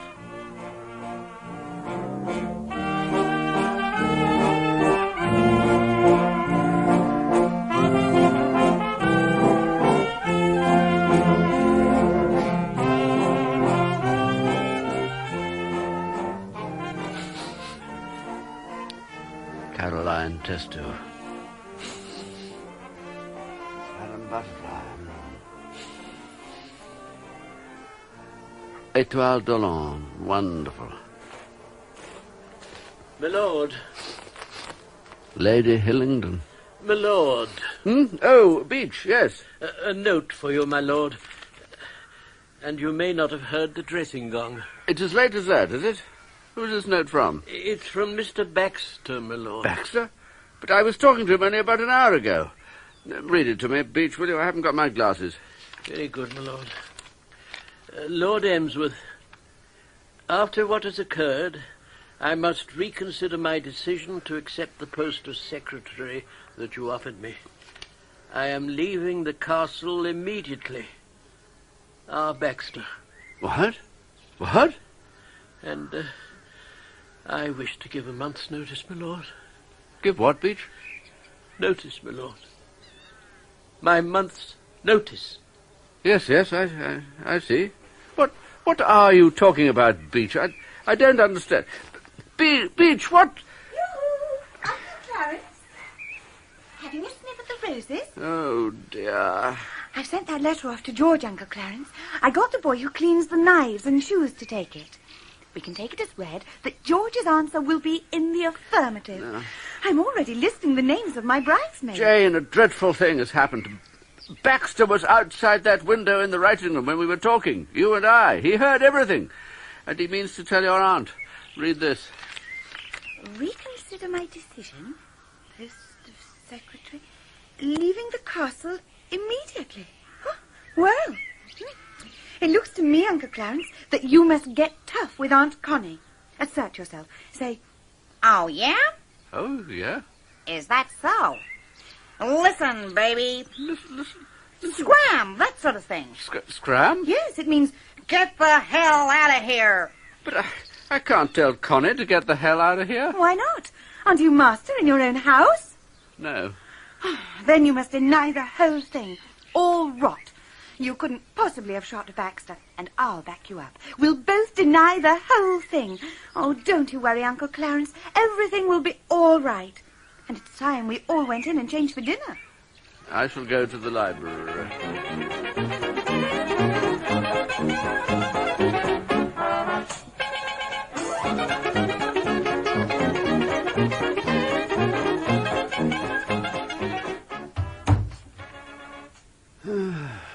Peace and quiet.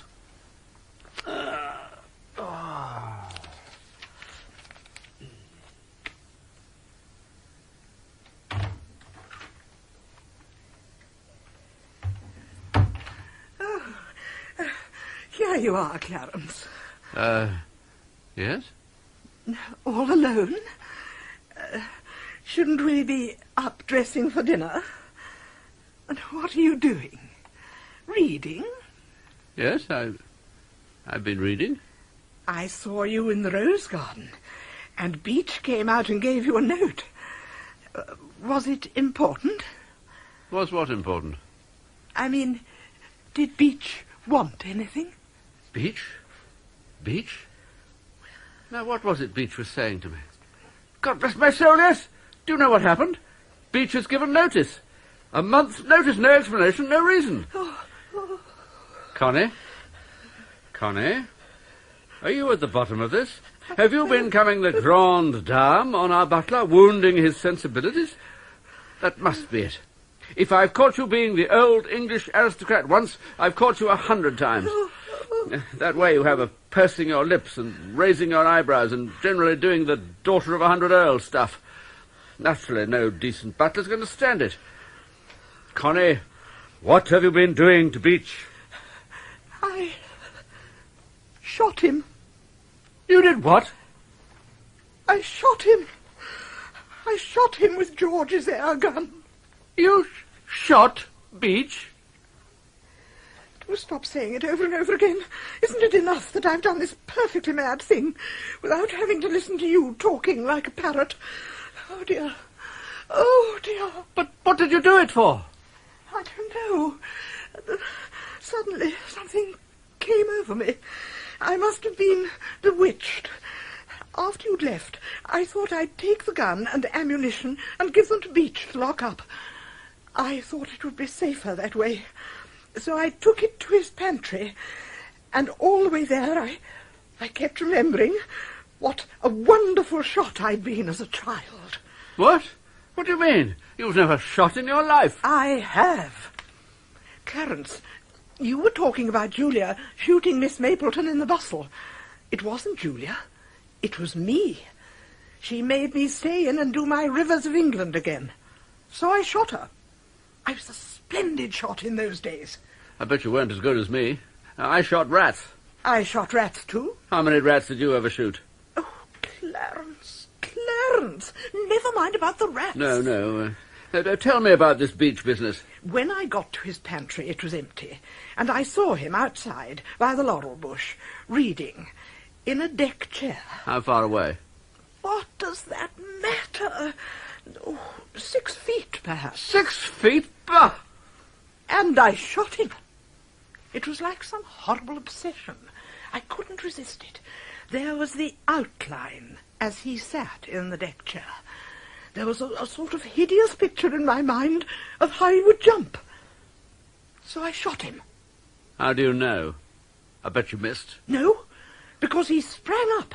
He saw me at the window, came in, and I said, "Oh, Beach, I want you to take this air gun and keep it." And he said, "Very good, milady." He didn't say anything about your shooting him? No, but now he's given in his notice, it must mean that I hit him. Clarence, you see the awful position, don't you? If Beach spreads the story around the county, people will think I'm mad. You must persuade him to withdraw his notice. Offer him double wages. But anything. Shh. What do you mean, shh? Jane, my dear. Hello, Aunt Connie. Mr. Baxter's looking for you. Mr. Baxter? Yes. I heard him asking Beach where you were. He'll be here any minute. Hello, Mr. Baxter. Lady Constance, I have come to say goodbye. Goodbye? Yes, goodbye. But, Mr. Baxter, you're not leaving us. Precisely. I am not prepared to remain in a house where my chief duty appears to be to act as a target for Lord Emsworth and his air gun. What? My air gun? Precisely. The fellow's potty. Always told you he was. Target for my air gun? Pooh. What's he talking about? Do you deny that you shot me, Lord Emsworth? Certainly I do. Perhaps you will deny admitting to your niece here in the writing room that you shot me. Uncle Clarence, did you tell me you had shot Mr. Baxter? I never heard you. Of course I didn't. I thought you didn't. I should have remembered it for sure. You admitted it to me personally, Lord Emsworth. You begged me not to tell anyone. You tried to put matters right by re-engaging me as your secretary. And I accepted the position. But when? Not half an hour later. How very extraordinary. Most.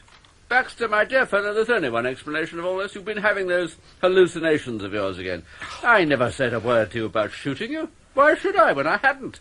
Now listen, my dear Baxter, you just jump on that motor bicycle of yours and go on touring England where you left off. You'll soon find the fresh air will do wonders for your pottiness. Goodbye, Lord Emsworth. Mr. Baxter! Connie, you will remain where you are. Let him go, and good riddance.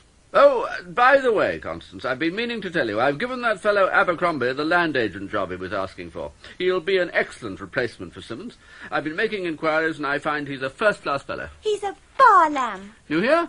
Jane says he's a bar lamb. Just the sort of chap we want about the place. So now we're going to get married. So now they're going to get married. An excellent match, don't you think, Connie? Don't you, Connie? Very. Right. And now I'll go and talk to Beach. He'll be in his pantry, I expect.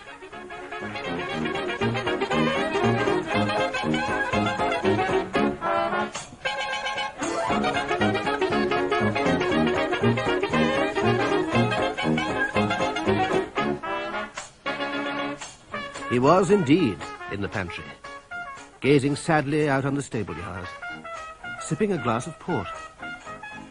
In moments of mental stress, port was to Beach what pigs were to his employer, or, as we must now ruefully put it, his late employer.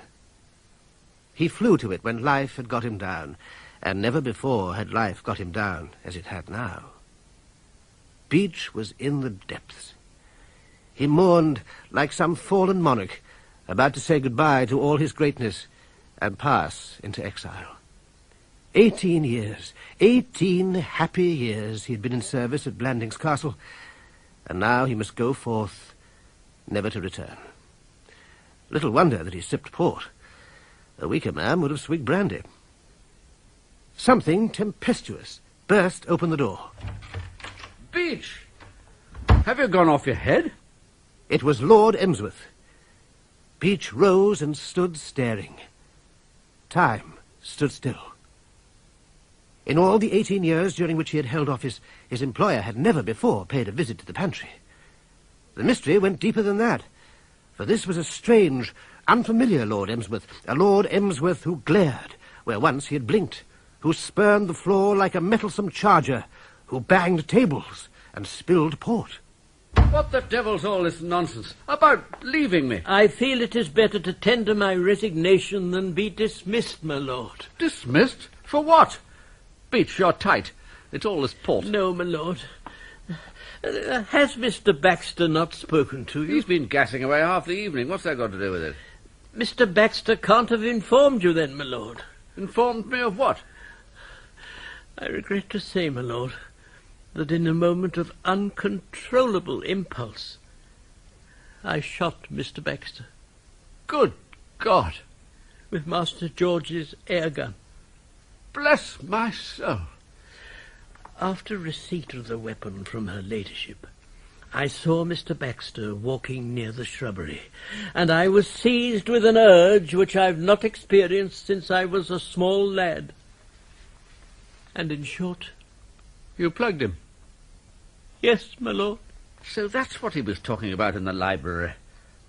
How far away was he when you shot him, Beach? Oh, a matter of only a few feet, my lord. He turned very sharply, and I was convinced that he'd seen me. So I felt I had no alternative but to resign before Mr. Baxter made his report to you, my lord. And I thought you were leaving because my sister shot you. Her ladyship didn't shoot me, my lord.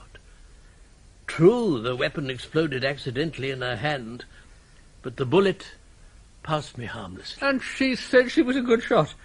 Can't hit a sitting butler at 6 feet. Beach, no more of this nonsense about resigning. How do you think I can get on without you? The whole castle. But what will happen when Mr. Baxter tells her ladyship? Mr. Baxter will not tell her ladyship. Baxter's going. Going? Going forever. But I understood, my lord. Never mind what you understood. You say Baxter was only a few feet away when you got him? Yes, my lord. That's not a long shot. When I plugged him from the library window, it must have been 30 feet at least. Or was that a fluke? Good Lord, what's that? It's Mr. Baxter, my lord, starting his motorcycle. He is going then. Yes, I said he was. Move over. How far away would you say he was? Oh, fully 20 yards, my lord. 60 feet. Right. Watch. There. He was leaning forward on his handlebars and he rose at least 6 inches. He's now rubbing his thigh. There's a shot for you, Beach. And it shows my first shot wasn't a fluke. Good riddance! Good riddance! Beach, let's drink a glass of that port together. One each. Yes, my lord. And make them big ones. Yes, my lord. I shall be sorry to have to give this air gun back to young George tomorrow. Still, it's probably safest with him. Yes, my lord. Your health, Beach. Your health. And happy hunting to young George.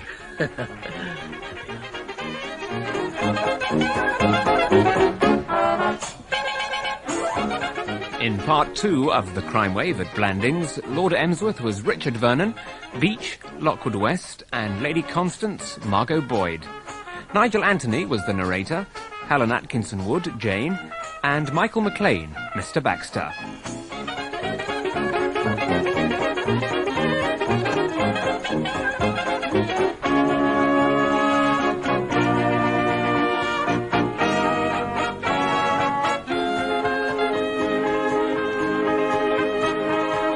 The Crime Wave at Blandings by P.G. Wodehouse was adapted for radio by Richard Usborne and produced by Bobby J.